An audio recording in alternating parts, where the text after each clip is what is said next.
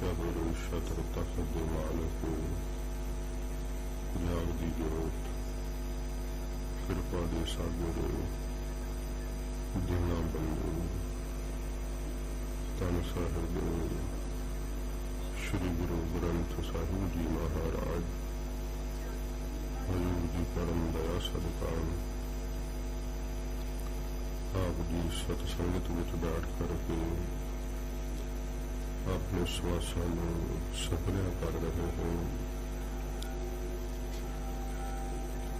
सच्चे पातशाह सरबंस जाने सतगुरु धन गुरु गोबिंद सिंह साहिब जी महाराज हजूर दे महान पवित्र स्थान तखत सचखंड श्री हजूर श्री अमचल नगर साहिब के आप जी दर्शन दीदार करते हो। तख्त साहिब जी की चरण धूल में परस रहे हो। आप अखा बंद कर दो।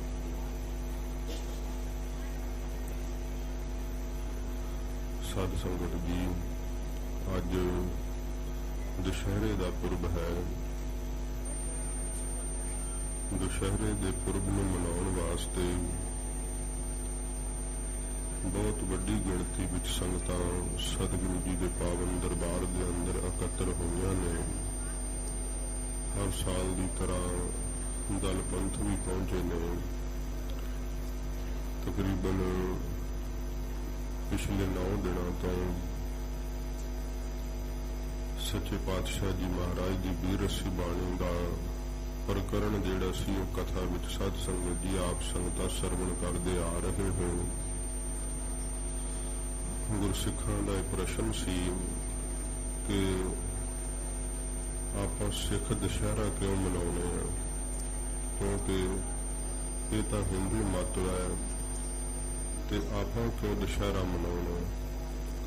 उहदी बाबत साध संगत जी मैं बेनती करांगा। पहला दशहरा कहिंदे किहनूं है ये आपने समझना। फिर आपां दशहरा क्यों मनाउने आ ते हिंदू मत विच दशहरा क्यों मनाया जाता है, उहदी बाबत बेनती करके फिर आपां लड़ीवार कथा जिहड़ी है सरवण करांगे। दशहरा सत संगत जी सनातनी मत विच भी कई तरह का मन्निया जाता है।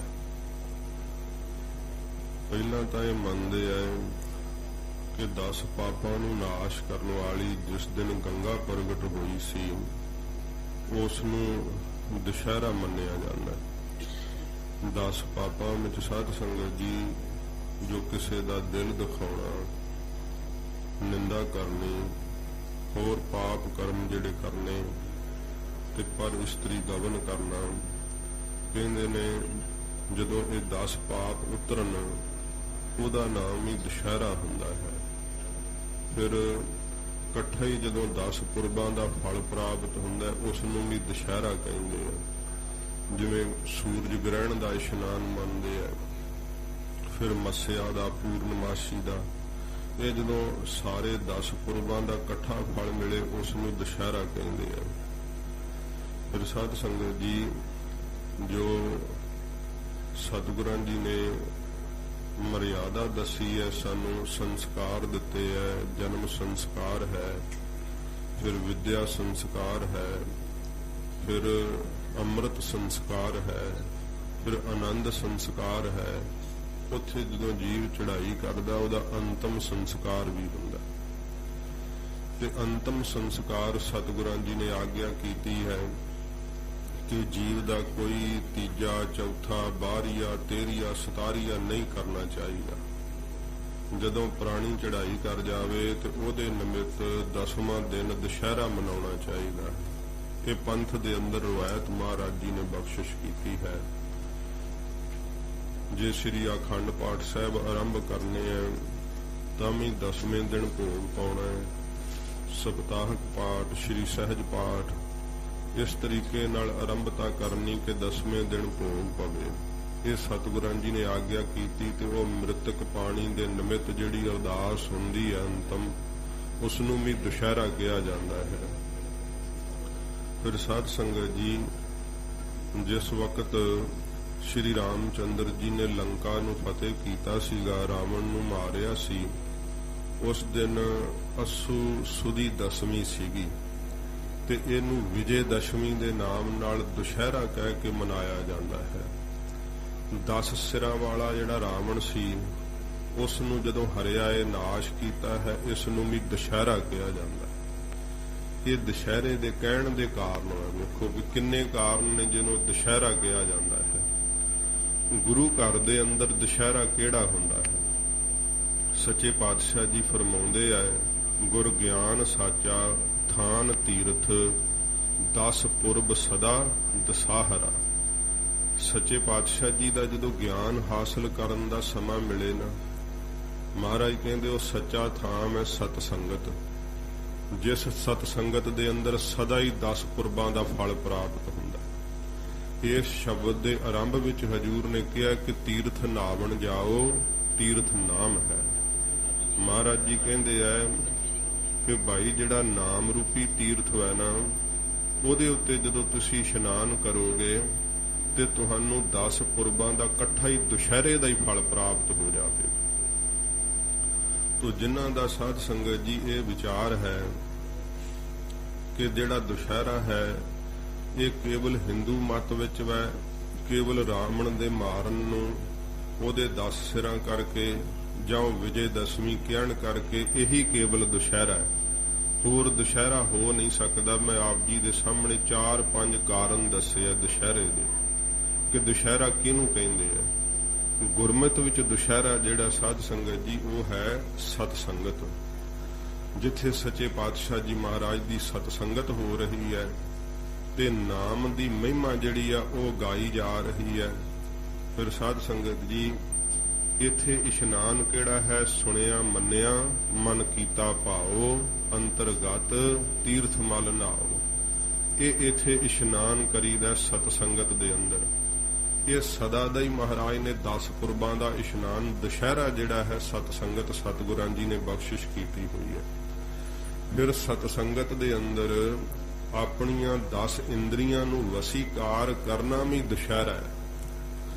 ਜਿਹਦੀਆਂ 10 ਇੰਦਰੀਆਂ ਹੀ ਵਸੀਕਾਰ ਨਹੀਂ ਹੋਈਆਂ ਉਹਦਾ ਬਾਹਰੀ ਮਨਾਇਆ ਦੁਸ਼ਹਿਰਾ ਵੀ ਕੀ ਕਹੇਗਾ।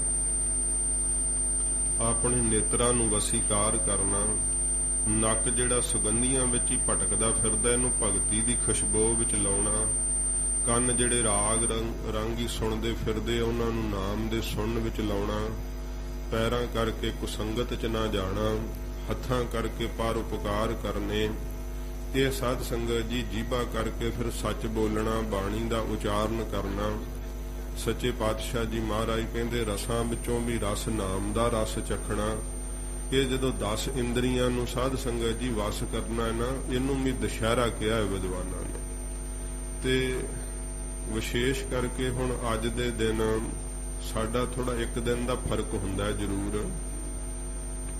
ਜਿਹੜਾ ਰਾਵਣ ਦਾ ਪੁਤਲਾ ਸਾੜਿਆ ਜਾਂਦਾ ਹੈ ਕਿ ਤੁਸੀਂ ਉਸੇ ਦਿਨ ਹੀ ਫਿਰ ਹਜੂਰ ਸਾਹਿਬ ਦੁਸ਼ਹਿਰਾ ਕਿਉਂ ਮਨਾਉਂਦੇ ਆ? ਇੱਕ ਦਿਨ ਦਾ ਫਰਕ ਹੁੰਦਾ। ਜਦੋਂ ਅੱਜ ਮਹੱਲਾ ਨਿਕਲਣਾ ਸਾਧ ਸੰਗਤ ਜੀ, ਉਸ ਦਾ ਕਾਰਨ ਕੀ ਹੈ? ਇਹ ਕਿਸੇ ਨੇ ਹੋਰ ਸ਼ੁਰੂ ਕੀਤਾ, ਇਹ ਰਵਾਇਤਾਂ ਗੁਰੂ ਸਾਹਿਬ ਨੇ ਪਾਈਆਂ। ਮੈਂ ਤਾਂ ਬੇਨਤੀ ਕਰਨ ਲੱਗਾ ਕਿਉਂਕਿ ਇਹ ਭਾਰਤ ਵਰਸ਼ ਦੇ ਜਿਹੜੇ ਲੋਕ ਸੀ ਇਹ ਕੀ ਕਰਦੇ ਸੀ, ਤਿਉਹਾਰ ਤਾਂ ਇਸ ਭਾਰਤ ਵਰਸ਼ ਵਿੱਚ ਵੇਖੋ ਬੜੇ ਵੱਡੇ ਪੱਧਰ ਤੇ ਮਨਾਏ ਜਾਂਦੇ ਤੇ ਲੋਕ ਕਈ ਦਿਨ ਪਹਿਲਾਂ ਉਹਨਾਂ ਤਿਉਹਾਰਾਂ ਦੇ ਮਨਾਉਣ ਵਾਸਤੇ ਤਿਆਰੀਆਂ ਕਰਦੇ। ਤਿਉਹਾਰ ਦਾ ਚਾਅ ਤੇ ਮਲਾਰ ਹੁੰਦਾ ਉਹਨਾਂ ਦੇ ਅੰਦਰ। ਜੇ ਤੁਸੀਂ ਸਿੱਧਾ ਕਿਸੇ ਨੂੰ ਕਹੋ ਕਿ ਇਹ ਤਿਉਹਾਰ ਤਾਂ ਮਨਾਉਣਾ ਨਹੀਂ ਚਾਹੀਦਾ, ਜਿਹੜੀ ਕੋਈ ਚੀਜ਼ ਸਾਧ ਸੰਗਤ ਜੀ ਪੀੜ੍ਹੀ ਦਰ ਪੀੜ੍ਹੀ ਜ਼ਿਹਨ 'ਚ ਵਸੀ ਹੁੰਦੀ ਹੈ ਨਾ, ਉਹ ਨਹੀਂ ਨਿਕਲਦੀ। ਸਤਿਗੁਰਾਂ ਜੀ ਨੇ ਇਸ ਚੀਜ਼ ਨੂੰ ਬਦਲਾਵ ਰੂਪ ਵਿੱਚ ਸਿੱਖਾਂ ਨੂੰ ਦੇਣ ਵਾਸਤੇ ਕਿ ਮੇਰੇ ਸਿੱਖ ਵੀ ਕਿਤੇ ਰਾਵਣ ਦਾ ਪੁਤਲਾ ਸਾੜ ਕੇ ਤੇ 4 ਪਟਾਕੇ ਚਲਾ ਕੇ ਹੱਸ ਕੇ ਨਾ ਉੱਥੋਂ ਆ ਜਾਇਆ ਕਰਨ, ਇਹਨਾਂ ਨੂੰ ਸੱਚਮੁੱਚ ਹੀ ਉਹ ਰਾਹ ਦਸੀਏ ਕਿ ਕਿਵੇਂ ਬਦੀ ਦੇ ਉੱਤੇ, ਕਿਵੇਂ ਪਾਪਾਂ ਦੇ ਉੱਤੇ ਫਤਿਹ ਪਾਈ ਦੀ ਹੈ ਤੇ ਉਹ ਫਤਿਹ ਪਾਉਣ ਲਈ ਸੋਮਾ ਕਿਹੜਾ ਹੈ। ਇਹ ਬਖਸ਼ਣ ਵਾਸਤੇ ਸਤਿਗੁਰੂ ਧੰਨ ਗੁਰੂ ਗੋਬਿੰਦ ਸਿੰਘ ਸੱਚੇ ਪਾਤਸ਼ਾਹ ਜੀ ਮਹਾਰਾਜ ਨੇ ਜਦੋਂ ਦੁਸਹਿਰੇ ਦਾ ਸਾਧ ਸੰਗਤ ਜੀ ਦਿਨ ਆਉਂਦਾ ਹੈ ਨਾ, ਉਸ ਤੋਂ 9 ਦਿਨ ਪਹਿਲਾਂ ਜੋ ਨਵਰਾਤਰੇ ਹੈ, 9 ਰਾਤਾਂ देवी दा पूजन जिहड़ा है वो मूर्ति बना करके हिंदू मत विच जिहड़ा है वो कीता जांदा है। ते जे भला सिख भी उत्थे मूर्ति दे सामने बैठ करके कोई भेटां गाउण ते फिर तां वो सिੱਖੀ वाली गल नहीं ना। सच्चे पातशाह जी महाराज ने फिर अपने सिखां नूं असल विच दस्सिया कि सिखो मूर्ति बना करके देवी दा पूजन नहीं हुंदा। देवी तां एक शक्ति है ते वो शक्ति पार ब्रह्म दी है, वाहिगुरू दी शक्ति है। ते शक्ति दा वास दोवां थावां ते है, एक तां बाणी च है, एक शास्त्रां दे विच है। दोवां थावां ते शक्ति दा वास है। ते जिहड़ी पत्थर दी मूर्त बनाई हुंदी है साध संगत जी, इत्थे तुसीं आप अपणीआं अखां नाल वेख सकदे हो। 9 दिन उसे ही मूर्त की पूजा करके 10वें दिन उसनूं इत्थे गोदावरी च जां किते होर, क्योंकि उन्हां दा अपना ये महत्व है, वो सिट आउंदे है। ते मैनूं ये भी दस्सिया जाणकारां ने कि जिहड़े मूर्तियां बनाउण वाले आ ओहो ही मूर्त नूं चुक के लै जांदे आ। जे हथ पैर कोई शेर दा मूँह टुੱਟਾ है जां देवी दा कोई हथ पैर टुੱਟਾ है, वो फिर गंढ के अगले साल ओहो ही वेच दिंदे। खरीदण वाले फिर ओहो ही लिया करके उहदा ही स्थापन करके फिर उहनूं ही पूजन करन लग जांदे। ते सतगुरां जी ने सानू पखंड तो तोड़िया है कि सिखा पखंड विच ना फसी, दिखावे विच ना फसी। जिहड़े फोकट कर्म है उन्हां तो तैनूं पार ब्रह्म की प्राप्ति नहीं होवेगी। सच्चे पातशाह जी कहंदे है कि नासा मूंद करें प्रणामं। जे भाई इयों तू नासा मूंद मूंद करके थल्ले नूं मत्था ला ला करके प्रणाम करेगा, महाराज कहंदे हिरदे विच तेरे कोई प्रकाश दा भाव नहीं है, कोई शरधा नहीं है, पत्थर दी पूजा करके पत्थर दिल ही हो गया है। ते महाराज कहंदे फोकट धर्म ना कौडी कामं, ये तां कौडी दे कम नहीं आउण वालियां तेरियां चीजां। ते साध संगत जी जे कुछ किसे नूं बदलाव देना होवे ना, किसे पखंड तो तोड़ना होवे ते उहदे लई सच दा मार्ग दसना पैंदा है, सच स्थापित करना पैंदा है। ते सच नूं स्थापित करन लई, धर्म नूं स्थापित करन लई, सच दा जिहड़ा राह दिखाउण लई गुरु गोबिंद सिंह सच्चे पातशाह ने अवतार लिया इस धरती दे उत्ते। महाराज ने वेखिया कि भारत वर्ष दे लोक ये किस तरह दे त्योहार मनाउंदे आ, ते मेरे सिख भी इन्हां त्योहारां विच बड़ा चाअ मलार करदे आ। हजूर ने तिस समय सिखां नूं फिर आग्या कीती कि जदों 9 दिन ये मूर्त बना करके देवी की पूजा करते हैं खालसा जी, तो सचमुच शक्ति का आवाहन करना, 9 दिन बाणी का जाप करना ते शस्त्रां की पूजा करनी। सच्चे पातशाह जी महाराज ने ये रीत आप सतगुरां जी ने चलाई। हजूर ने इतिहास साडा जिक्र करदा है कि जदों दुशहरे का पुरब आउण वाला सीगा, महाराज जी ने फिर आग्या कीती, भावें कि गुरु हरगोबिंद साहिब सच्चे पातशाह जी महाराज ने भी श्री अकाल तख्त साहिब दे थामे शस्त्र सजा करके शस्त्रां दा पूजन करन दी जाच सिखां नूं सिखाई। आप हजूर शस्त्रां दे उत्ते चौर करदे। सच्चे पातशाह जी महाराज ने यह जाच दसी कि शस्त्र वाहिगुरू दा रूप हन। गुरु 10वें पातशाह जी ने तो अपनी रसना तो उचार दिता कि अस कृपान खंडो खुड़ग तुपक तवर अर तीर सहब सरोही सहथी यह हमारे पीर। महाराज जी ने शास्त्रां नूं अपने गुरु कहा। ते साध संगत जी इस सच्चे पातशाह जी महाराज फिर रवायत पाई, शास्त्रां दा पूजन महाराज जी ने 9 दिन ते गुरबाणी दा जाप सच्चे पातशाह जी ने करवाया। ते ओ महाराज ने वीर रसी बाणी सचमुच जो देवी ने पुरुषार्थ किया अपने सिखां नूं दस्सिया महाराज ने। ते जे साध संगत जी वो पता ही नहीं, फिर वेखो ये जिहड़ी कथा सी ना त्रेते युग विच होई, ये संस्कृत दे ग्रंथां विच बंद सी, विद्वान पुरखां तो बिना कोई नहीं सी जानदा। ते अनपढ़ां नूं की पता है जां आम सधारण नूं की पता है। हजूर ने वो सारी कथा भाषा विच लिख दी है, भाखा करी बनाए महाराज जी ने कहा। ਗੁਰਮੁਖੀ ਭਾਸ਼ਾ ਵਿੱਚ ਸੱਚੇ ਪਾਤਸ਼ਾਹ ਜੀ ਮਹਾਰਾਜ ਨੇ ਉਹਨਾਂ ਗ੍ਰੰਥਾਂ ਤੋਂ ਉਹ ਵੀਰਸੀ ਜਿਹੜੇ ਸੀ ਨਾ ਗੁਣ ਚੁੱਕ ਕਰਕੇ ਹਜੂਰ ਸੱਚੇ ਪਾਤਸ਼ਾਹ ਜੀ ਮਹਾਰਾਜ ਨੇ ਉਹਨਾਂ ਨੂੰ ਭਾਸ਼ਾ ਵਿੱਚ ਬਖਸ਼ਿਸ਼ ਕੀਤਾ। ਫਿਰ ਤੇ ਹਰੇਕ ਨੂੰ ਸਾਧ ਸੰਗਤ ਜੀ ਇਹ ਕਥਾ ਦੇ ਸੁਣਨ ਦਾ ਸੁਭਾਗ ਪ੍ਰਾਪਤ ਹੋਇਆ। ਅਸਲ ਵਿੱਚ ਸ਼ਕਤੀ ਦਾ ਪੂਜਨ ਤਾਂ ਫਿਰ ਸਾਧ ਸੰਗਤ ਜੀ ਬਾਣੀ ਦੇ ਪੜਨ ਨਾਲ ਤੇ ਸ਼ਸਤਰਾਂ ਦੇ ਪੂਜਨ ਨਾਲ ਹੈ। ਉਸ ਤਰ੍ਹਾਂ ਤਾਂ ਦੇਵੀ ਦਾ ਪੂਜਨ ਹੋ ਨਹੀਂ ਸਕਦਾ, ਭਾਵੇਂ ਕਿ ਇਹ ਮੂਰਤ ਬਣਾ ਕਰਕੇ ਜਿਹੜੇ ਐ ਸਨਾਤਨੀ ਮਤ ਵਿੱਚ ਪੂਜਨ ਕਰਦੇ ਐ, ਪਰ ਸਾਧ ਸੰਗਤ ਜੀ ਬੜੀਆਂ ਘਟਨਾਵਾਂ ਨੇ ਸਾਡੇ ਇਤਿਹਾਸ ਦੇ ਅੰਦਰ। ਕਲਕੱਤੇ ਦੇ ਵਿੱਚ ਕਾਲਕਾ ਦਾ ਮੰਦਿਰ ਹੈ ਜਿਹਨੂੰ ਕਾਲੀ ਘਾਟ ਕਿਹਾ ਜਾਂਦਾ ਹੈ। ਉੱਥੇ ਸਾਧ ਸੰਗਤ ਜੀ ਬੜਾ ਵੱਡਾ ਉਹ ਜਿਹੜਾ ਹੈ ਦਿਨ ਮਨਾਉਂਦੇ ਆ, ਸਾਲ ਦੇ ਸਾਲ ਵੀ।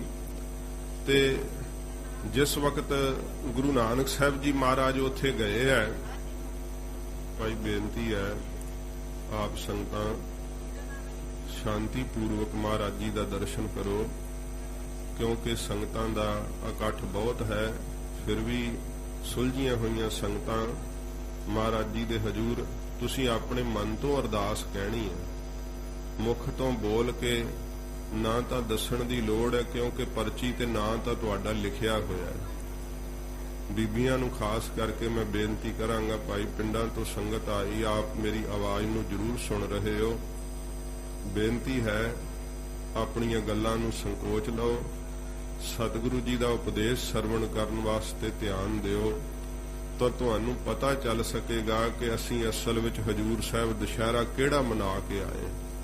ਹਜੂਰ ਸਾਹਿਬ ਦੁਸ਼ਹਿਰਾ ਮਨਾਉਣ ਵਾਸਤੇ ਜਦੋਂ ਪੰਥ ਆਉਂਦਾ ਹੈ, ਇਹ ਪੰਥ ਹੁਣ ਪਹਿਲਾਂ ਤੋਂ ਆ ਰਿਹਾ, ਗੁਰੂ ਸਾਹਿਬ ਦੀਆਂ ਰਵਾਇਤਾਂ ਪਾਈਆਂ ਹੋਈਆਂ ਤੇ ਕਈ ਸਿੱਖਾਂ ਨੂੰ ਸਿਖਾਉਂਦੇ ਇਹ ਹੈ ਕਿ ਵੇਖੋ ਇਹ ਤਾਂ ਹਿੰਦੂ ਮਤ ਦਾ ਤਿਉਹਾਰ ਹੈ, ਉੱਥੇ ਤੁਸੀਂ ਕੀ ਕਰਨ ਜਾਂਦੇ ਆ। ਉੱਥੇ ਹਿੰਦੂ ਮਤ ਦਾ ਦਿਹਾੜਾ ਗੁਰੂ 10ਵੇਂ ਪਾਤਸ਼ਾਹ ਕੋਲ ਮਨਾਉਣ ਜਾਂਦੇ ਆ, ਤੇ ਜੇ ਇੱਥੇ ਆ ਕੇ ਵੀ ਗੱਲਾਂ ਹੀ ਕੀਤੀਆਂ ਦਰਬਾਰ 'ਚ, ਫਿਰ ਤੁਹਾਨੂੰ ਕੀ ਪਤਾ ਲੱਗਣਾ ਕਿ ਹਜੂਰ ਸਾਹਿਬ ਦੁਸ਼ਹਿਰਾ ਅਸੀਂ ਕਿਹੜਾ ਮਨਾ ਕੇ ਆਏ। ਤੋ ਜਦੋਂ ਗੁਰੂ ਨਾਨਕ ਸਾਹਿਬ ਜੀ ਮਹਾਰਾਜ ਉੱਥੇ ਗਏ ਆ, ਇਤਿਹਾਸ ਸਾਡਾ ਜ਼ਿਕਰ ਕਰਦਾ ਹੈ ਕਿ ਉਸ ਸਮੇਂ ਕਾਲੀ ਦਾ ਪੂਜਨ ਹੋ ਰਿਹਾ ਸੀ, ਦੇਵੀ ਦਾ। ਬੜੀ ਵੱਡੀ ਮੂਰਤ ਬਣਾਈ ਹੋਈ ਸੀ, ਸਥਾਪਿਤ ਕੀਤੀ ਹੋਈ ਸੀ। ਮੂਰਤ ਤਾਂ ਹੁਣ ਸਮਾਂ ਪੈ ਕੇ ਜਿਹੜੀ ਉਹ ਖਰਾਬ ਹੋ ਜਾਂਦੀ ਹੈ, ਨਵੀਆਂ ਹੋਰ ਤਿਆਰ ਕਰ ਲੈਂਦੇ ਆ। ਦੇਵੀ ਦੀ ਮੂਰਤ ਜਿਹੜੀ ਸੀ ਨਾ, ਉਹਦੇ ਅੱਗੇ ਰਾਜੇ ਨੇ ਬਲੀ ਦੇਣੀ ਸੀਗੀ, ਤੇ ਬਲੀ ਦੇਣ ਵਾਸਤੇ ਕਿਸੇ ਨੂੰ ਲੱਭਦੇ ਫਿਰਦੇ ਸੀ। ਤੇ ਸਾਧ ਸੰਗਤ ਜੀ ਭਾਈ ਮਰਦਾਨਾ ਜੀ ਨੂੰ ਓਪਰਾ ਵਿਦੇਸ਼ੀ ਜਾਣ ਕੇ ਪਕੜ ਲਿਆ ਕਿ ਖਬਰੇ ਕਿਹੜੇ ਦੇਸ਼ ਦਾ, ਫੜੋ ਇਹਦੀ ਬਲੀ ਦਿਓ। ਤੇ ਜਦੋਂ ਭਾਈ ਮਰਦਾਨਾ ਜੀ ਨੂੰ ਬਲੀ ਦੇਣ ਵਾਸਤੇ ਅੱਗੇ ਲਾ ਲਿਆ, ਹੁਣ ਗੁਰੂ ਸਾਹਿਬ ਨੂੰ ਲਾ ਜਾਂ ਨਾਲ ਲਿਆਂਦੇ ਦੀ, ਸਤਿਗੁਰੂ ਜੀ ਵੀ ਚੱਲ ਪਏ ਨਾਲ ਭਾਈ ਬਾਲਾ ਜੀ। ਤੇ ਜਿਸ ਵਕਤ ਉੱਥੇ ਦੇਵੀ ਦਾ ਪੂਜਨ ਕਰਕੇ ਭਾਈ ਮਰਦਾਨਾ ਜੀ ਦੀ ਬਲੀ ਦਿੱਤੀ ਜਾਣ ਲੱਗੀ, ਤੇ ਭਾਈ ਮਰਦਾਨਾ ਜੀ ਦਾ ਜਿਹੜੀ ਗਰਦਨ ਸੀ ਨਾ, ਉਹ ਵੱਡੇ ਸਾਰੇ ਡੱਕ ਦੇ ਉੱਤੇ ਰਖਾ ਲਈ, ਤੇ ਜਿਹੜਾ ਜਲਾਦ ਹੈ ਬਲੀ ਦੇਣ ਵਾਸਤੇ ਉਹ ਲਾਗੇ ਖਲੋ ਗਿਆ। ਤੇ ਦੇਵੀ ਦਾ ਸਾਹਮਣੇ ਬੜਾ ਵੱਡਾ ਪੱਥਰ ਦਾ ਸਰੂਪ ਬਣਿਆ ਹੋਇਆ ਹੈ, ਰਾਜਾ ਬੈਠਾ ਹੋਇਆ ਹੈ। ਜਦੋਂ ਉਸ ਬਲੀ ਦੇਣ ਵਾਲੇ ਨੇ ਆਪਣੇ ਹੱਥ ਵਿੱਚ ਫੜਿਆ ਹੋਇਆ ਸ਼ਸਤਰ ਉਪਾਹ ਨੂੰ ਉਠਾ ਲਿਆ, ਉਭਾਰ ਲਿਆ, ਤੇ ਹੁਣ ਤਾਂ ਗਰਦਨ ਤੇ ਹੀ ਵੱਜੇਗਾ ਨਾ ਫਿਰ। ਤੇ ਹਜੂਰ ਖਲੋਤੇ ਆਪਣੀ ਮਸਤੀ ਵਿੱਚ। ਭਾਈ ਬਾਲਾ ਜੀ ਨੇ ਉਸ ਸਮੇਂ ਕਿਹਾ, ਗੁਰੂ ਅੰਗਦ ਸਾਹਿਬ ਨੂੰ ਇਤਿਹਾਸ ਸੁਣਾਉਂਦਿਆਂ ਹੋਇਆ, ਕਿ ਮਹਾਰਾਜ ਗੁਰੂ ਅੰਗਦ ਸਾਹਿਬ ਜੀ, ਜਦੋਂ ਜਲਾਦ ਨੇ ਉਹ ਸ਼ਸਤਰ ਉਭਾਰ ਲਿਆ ਸੀ, ਤਾਂ ਮੈਂ ਵੇਖਿਆ ਹੁਣ ਤਾਂ ਭਾਈ ਮਰਦਾਨੇ ਦੀ ਗਰਦਨ ਕੱਟੀ ਜਾਣੀ ਹੈ। ਫਿਰ ਮੈਂ ਬੇਨਤੀ ਕੀਤੀ, ਸੱਚੇ ਪਾਤਸ਼ਾਹ ਕਿਰਪਾ ਕਰਕੇ ਬਚਾਓ, ਆਪ ਦਾ ਸੇਵਕ ਹੈ। ਮਹਾਰਾਜ ਨੇ ਉਦੋਂ ਬਚਨ ਕਹੇ ਸੀ, ਭਾਈ ਬਾਲਿਆ ਕਰਤਾਰ ਦੇ ਰੰਗ ਵੇਖ ਕੀ ਨੇ। ਜਦੋਂ ਸਤਿਗੁਰਾਂ ਨੇ ਬਚਨ ਕੀਤਾ, ਦੇਵੀ ਦੀ ਮੂਰਤ ਵੱਲ ਨਿਗਾਹ ਪਾਈ, ਸੱਚਮੁੱਚ ਹੀ ਉਸ ਪੱਥਰ ਦੀ ਮੂਰਤ ਵਿੱਚੋਂ ਦੇਵੀ ਪ੍ਰਗਟ ਹੋ ਗਈ। ਉਸ ਨੇ ਇਹੋ ਜਿਹਾ ਆਪਣਾ ਭਿਆਨਕ ਸਰੂਪ ਪ੍ਰਗਟ ਕੀਤਾ, ਜਿਹੜਾ ਸਾਧ ਸੰਗਤ ਜੀ ਰਾਜਾ ਸੀ ਨਾ, ਉਹਦੀ ਗਰਦਨ ਕੱਟ ਕੇ ਜਿਹੜੀ ਸੀ ਗੁਰੂ ਨਾਨਕ ਸਾਹਿਬ ਦੇ ਚਰਨਾਂ 'ਚ ਸਿੱਟ ਦਿੱਤੀ, ਤੇ ਦੇਵੀ ਸ਼ਾਂਤ ਹੋ ਗਈ। ਉਸ ਸਮੇਂ ਗੁਰੂ ਸਾਹਿਬ ਨੇ ਵਾਕ ਕਹੇ ਸੀ, ਐ ਦੇਵੀ, ਰਾਜਾ ਤੇ ਤੇਰਾ ਉਪਾਸ਼ਕ ਸੀ, ਤੂੰ ਇਹਦੀ ਕਿਉਂ ਗਰਦਨ ਕੱਟ ਦਿੱਤੀ ਹੈ। ਉਸ ਸਮੇਂ ਦੇਵੀ ਨੇ ਕਿਹਾ ਸੀ, ਮਹਾਰਾਜ, ਜਿਹੜਾ ਸੰਤਾਂ ਦਾ ਵੈਰੀ ਹੈ ਉਹ ਮੇਰਾ ਕਦੇ ਉਪਾਸ਼ਕ ਨਹੀਂ ਹੋ ਸਕਦਾ। महाराज ने कहा सुख संतां करणं दुर्मत दरणं किल बिख हरणं असरणं। सच्चे पातशाह जी महाराज उस आस किरपान दा देवी दे रूप विच उस्तत करदे आ, वडियाई करदे आ। ते साध संगत जी जिहड़ी ये देवी है ना, ये संतां महापुरुषां दी सहायक हुंदी है। वाहिगुरू जी दी ये शक्ति हर वेले ਜਿਹੜੇ ਭਜਨ ਕਰਦੇ ਆ, ਨਾਮ ਜਪਦੇ ਆ, ਉਹਨਾਂ ਦੇ ਸਾਧ ਸੰਗਤ ਜੀ ਸਹਾਇਕ ਹੁੰਦੀ ਹੈ, ਅੰਗ ਸੰਗ ਵਰਤਦੀ ਹੈ। ਤੇ ਜੇ ਆਪਾਂ ਗੁਰੂ ਸਾਹਿਬ ਜੀ ਦੀ ਸਿੱਖਿਆ ਨੂੰ ਹਟਾ ਕਰਕੇ ਆਪਣੀ ਮਨਮਤ ਜਾਂ ਇਸ ਭਾਰਤ ਵਰਸ਼ ਦੇ ਅਨੁਸਾਰ ਜਿਹੜੀਆਂ ਚੀਜ਼ਾਂ ਕੀਤੀਆਂ ਜਾਂਦੀਆਂ ਜੇ ਉਹ ਕਰੀਏ ਤੇ ਫਿਰ ਗੁਰਮਤ ਹੋਊਗੀ। ਸੱਚੇ ਪਾਤਸ਼ਾਹ ਜੀ ਦਾ ਉਪਦੇਸ਼ ਜਿਹੜਾ ਉਹ ਇਹ ਕਹਿੰਦੇ ਆ ਕਿ ਇਨ੍ਹਾਂ ਹੀ ਦਿਨਾਂ ਵਿੱਚ ਬਾਣੀ ਕਿਉਂ ਪੜ੍ਹਨੀ ਹੈ, ਸ਼ਸਤਰ ਪੂਜਨ ਕਿਉਂ ਕਰਨਾ, ਕਿਉਂ ਮਹੱਲਾ ਕੱਢਣਾ, ਕਿਉਂਕਿ ਸਿੱਖ ਜਿਹੜੇ ਆ ਉਹ ਪੱਥਰ ਪੂਜਕ ਨਾ ਬਣਨ, ਸ਼ਸਤਰਾਂ ਦੇ ਤੇ ਗੁਰਬਾਣੀ ਦੇ ਪੂਜਕ ਹੋਣ। ਇਹ ਸੱਚੇ ਪਾਤਸ਼ਾਹ ਜੀ ਮਹਾਰਾਜ ਨੇ ਉਪਦੇਸ਼ ਦਿੱਤਾ। ਤੇ ਆਪ ਸਤਿਗੁਰਾਂ ਜੀ ਨੇ ਸਾਧ ਸੰਗਤ ਜੀ ਜਦੋਂ ਇਹ 9 ਜਿਹੜੀਆਂ ਰਾਤਾਂ ਸੀਗੀਆਂ ਬੀਰਸੀ ਬਾਣੀ ਦਾ ਜਾਪ ਕਰਵਾਇਆ, ਸ਼ਸਤਰਾਂ ਦਾ ਪੂਜਨ ਕਰਵਾਇਆ। ਫਿਰ ਜਦੋਂ ਦੁਸ਼ਹਿਰੇ ਦਾ ਪੁਰਬ ਆਉਂਦਾ ਹਜੂਰ ਨੇ ਉਸ ਦਿਨ ਮਹੱਲਾ ਕੱਢਿਆ। ਫਿਰ ਮਹਾਰਾਜ ਨੇ ਸ਼ਸਤਰ ਵਿਦਿਆ ਦੇ ਜੌਹਰ ਵੇਖੇ ਤੇ ਜਿਹੜੇ ਬਹੁਤ ਜ਼ਿਆਦਾ ਨਿਪੁੰਨ ਨੇ ਸ਼ਸਤਰ ਵਿਦਿਆ ਵਿੱਚ, ਸੋਹਣੀ ਕਲਾਬਾਜ਼ੀ ਦਿਖਾਉਂਦੇ, ਸਤਿਗੁਰੂ ਜੀ ਉਹਨਾਂ ਨੂੰ ਇਨਾਮ ਦੀ ਬਖਸ਼ਿਸ਼ ਕਰਦੇ। ਤੇ ਇਹ ਸਾਧ ਸੰਗਤ ਜੀ ਸਤਿਗੁਰਾਂ ਜੀ ਦੀ ਰਵਾਇਤ ਪਾਈ ਹੋਣ ਕਰਕੇ ਜਦੋਂ ਦੁਸ਼ਹਿਰਾ ਆਉਂਦਾ ਇਹਨੂੰ ਖਾਲਸਾ ਦਰਬਾਰ ਦੇ ਨਾਮ ਨਾਲ ਵੀ ਜਿਹੜਾ ਹੈ ਯਾਦ ਕੀਤਾ ਗਿਆ, ਜਦੋਂ ਖਾਲਸਾ ਰਾਜ ਹੁੰਦਾ ਸੀ। ਜਦੋਂ ਸ਼ੇਰੇ ਪੰਜਾਬ ਜੀ ਮਹਾਰਾਜਾ ਰਣਜੀਤ ਸਿੰਘ ਸਾਹਿਬ ਨੇ ਹੰਨੇ ਹੰਨੇ ਦੀ ਸਰਦਾਰੀ ਨੂੰ ਖਤਮ ਕਰਕੇ ਵਿਸ਼ਾਲ ਖਾਲਸਾ ਰਾਜ ਕਾਇਮ ਕੀਤਾ ਸੀ, ਲਾਹੌਰ ਦੇ ਸ਼ਾਹੀ ਕਿਲੇ ਦੇ ਉੱਤੇ ਖਾਲਸਾਈ ਪਰਚਮ ਲਹਿਰਾਇਆ ਸੀ। ਉਸ ਵਕਤ ਮਹਾਰਾਜਾ ਸਾਹਿਬ ਜੀ ਨੇ ਇੱਕ ਤਾਂ ਸਾਧ ਸੰਗਤ ਜੀ ਬਸੰਤੀ ਦਰਬਾਰ ਸ਼ੁਰੂ ਕੀਤਾ ਸੀ। ਉਦੋਂ ਵੀ ਸਾਰੀ ਜਿੰਨੀ ਸੈਨਾ ਹੁੰਦੀ ਸੀ ਉਹਨਾਂ ਦੇ ਸ਼ਸਤਰ ਵੇਖੇ ਜਾਂਦੇ ਸੀ, ਜਵਾਨਾਂ ਦਾ ਪੁਰਸ਼ਾਰਥ ਵੇਖਿਆ ਜਾਂਦਾ ਸੀ, ਘੋੜ ਸਵਾਰੀ ਵੇਖੀ ਜਾਂਦੀ ਸੀ। ਕਿਉਂਕਿ ਜਿਹੜੀ ਸੈਨਾ ਕਦੇ ਲੜਨ ਦਾ ਅਭਿਆਸ ਹੀ ਨਹੀਂ ਕਰਦੀ, ਜਦੋਂ ਜੰਗ ਹੋ ਜੇ ਉਹਨੇ ਲੜਨਾ ਖੇ ਤੇ ਸਵਾਹ, ਫਿਰ ਅਭਿਆਸ ਕਰਾਉਣਾ ਪੈਂਦਾ। ਹੁਣ ਦੀ ਆਰਮੀ ਵੀ ਭਾਵੇਂ ਕਿਸੇ ਦੇਸ਼ ਦੀ ਆਰਮੀ ਹੋਵੇ, ਇਹ ਮਨਸੂਈ ਲੜਾਈਆਂ ਕਰਦੀਆਂ ਰਹਿੰਦੀਆਂ, ਤਿਆਰੀਆਂ ਆਪਣੀਆਂ ਕਰਦੀਆਂ ਰਹਿੰਦੀਆਂ ਕਿ ਜੇ ਆਹ ਪਰਿਸਥਿਤੀ ਬਣ ਜਾਵੇ ਤੇ ਇਸ ਨੂੰ ਹੈਂਡਲ ਕਰਨ ਵਾਸਤੇ, ਇਹਦਾ ਮੁਕਾਬਲਾ ਕਰਨ ਵਾਸਤੇ ਸਾਡੀ ਕਿਹੋ ਜੀ ਤਿਆਰੀ ਚਾਹੀਦੀ ਹੈ।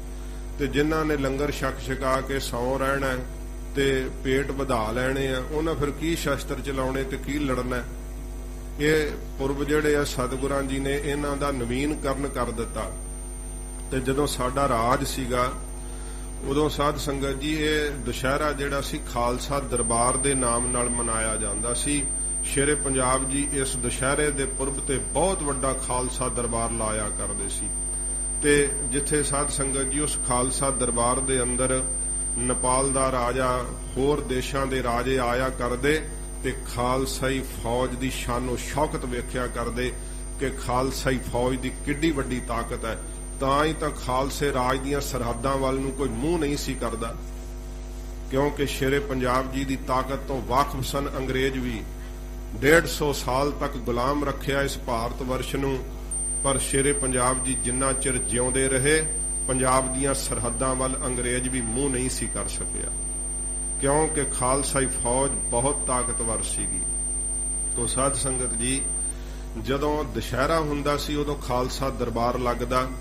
ਉਸ ਖਾਲਸਾ ਦਰਬਾਰ ਦੇ ਅੰਦਰ ਮੈਂ ਫੋਟੋਆਂ ਵੇਖੀਆਂ, ਲਾਹੌਰ ਦੇ ਅੰਦਰ ਅਜੇ ਵੀ ਉਹ ਸਾਧ ਸੰਗਤ ਜੀ ਚਬੂਤਰਾ ਮੌਜੂਦ ਹੈ ਜਿੱਥੇ ਸ਼ੇਰੇ ਪੰਜਾਬ ਜੀ ਸੋਨੇ ਦੇ ਤਖਤ ਤੇ ਬੈਠਦੇ ਹੁੰਦੇ ਸੀ। ਦਰਬਾਰੀ ਵਜ਼ੀਰ ਬੈਠਿਆ ਕਰਦੇ ਸੀ, ਸੋਨੇ ਦੇ ਛਤਰ ਝੂਲਦੇ ਸਨ।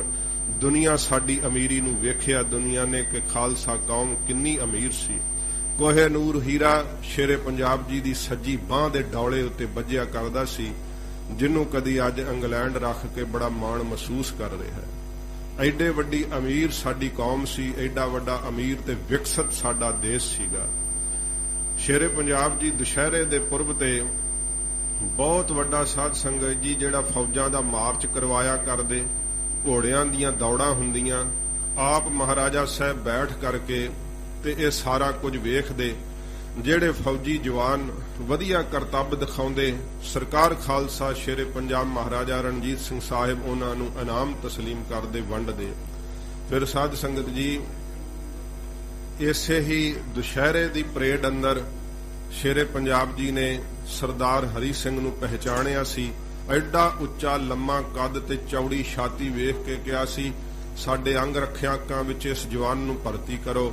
ਸ਼ੇਰ ਦੇ ਮਾਰਨ ਕਰਕੇ ਨਲੂਆ ਖਿਤਾਬ ਦਿੱਤਾ ਸੀ ਤੇ ਕਿਹੋ ਜਿਹਾ ਸਰਦਾਰ ਹਰੀ ਸਿੰਘ ਨਲੂਏ ਨੇ ਇਤਿਹਾਸ ਸਿਰਜਿਆ, ਸਾਨੂੰ ਭਾਵੇਂ ਨਾ ਪਤਾ ਹੋਵੇ, ਪਰ ਸਾਧ ਸੰਗਤ ਜੀ ਬਾਹਰਲੇ ਦੇਸ਼ ਜਾਣਦੇ ਆ ਕਿ ਸਿੱਖ ਕੌਮ ਦਾ ਜਰਨੈਲ ਇਹ ਕਿਹੋ ਜਿਹਾ ਬਲੀ ਬਹਾਦਰ ਸੀਗਾ।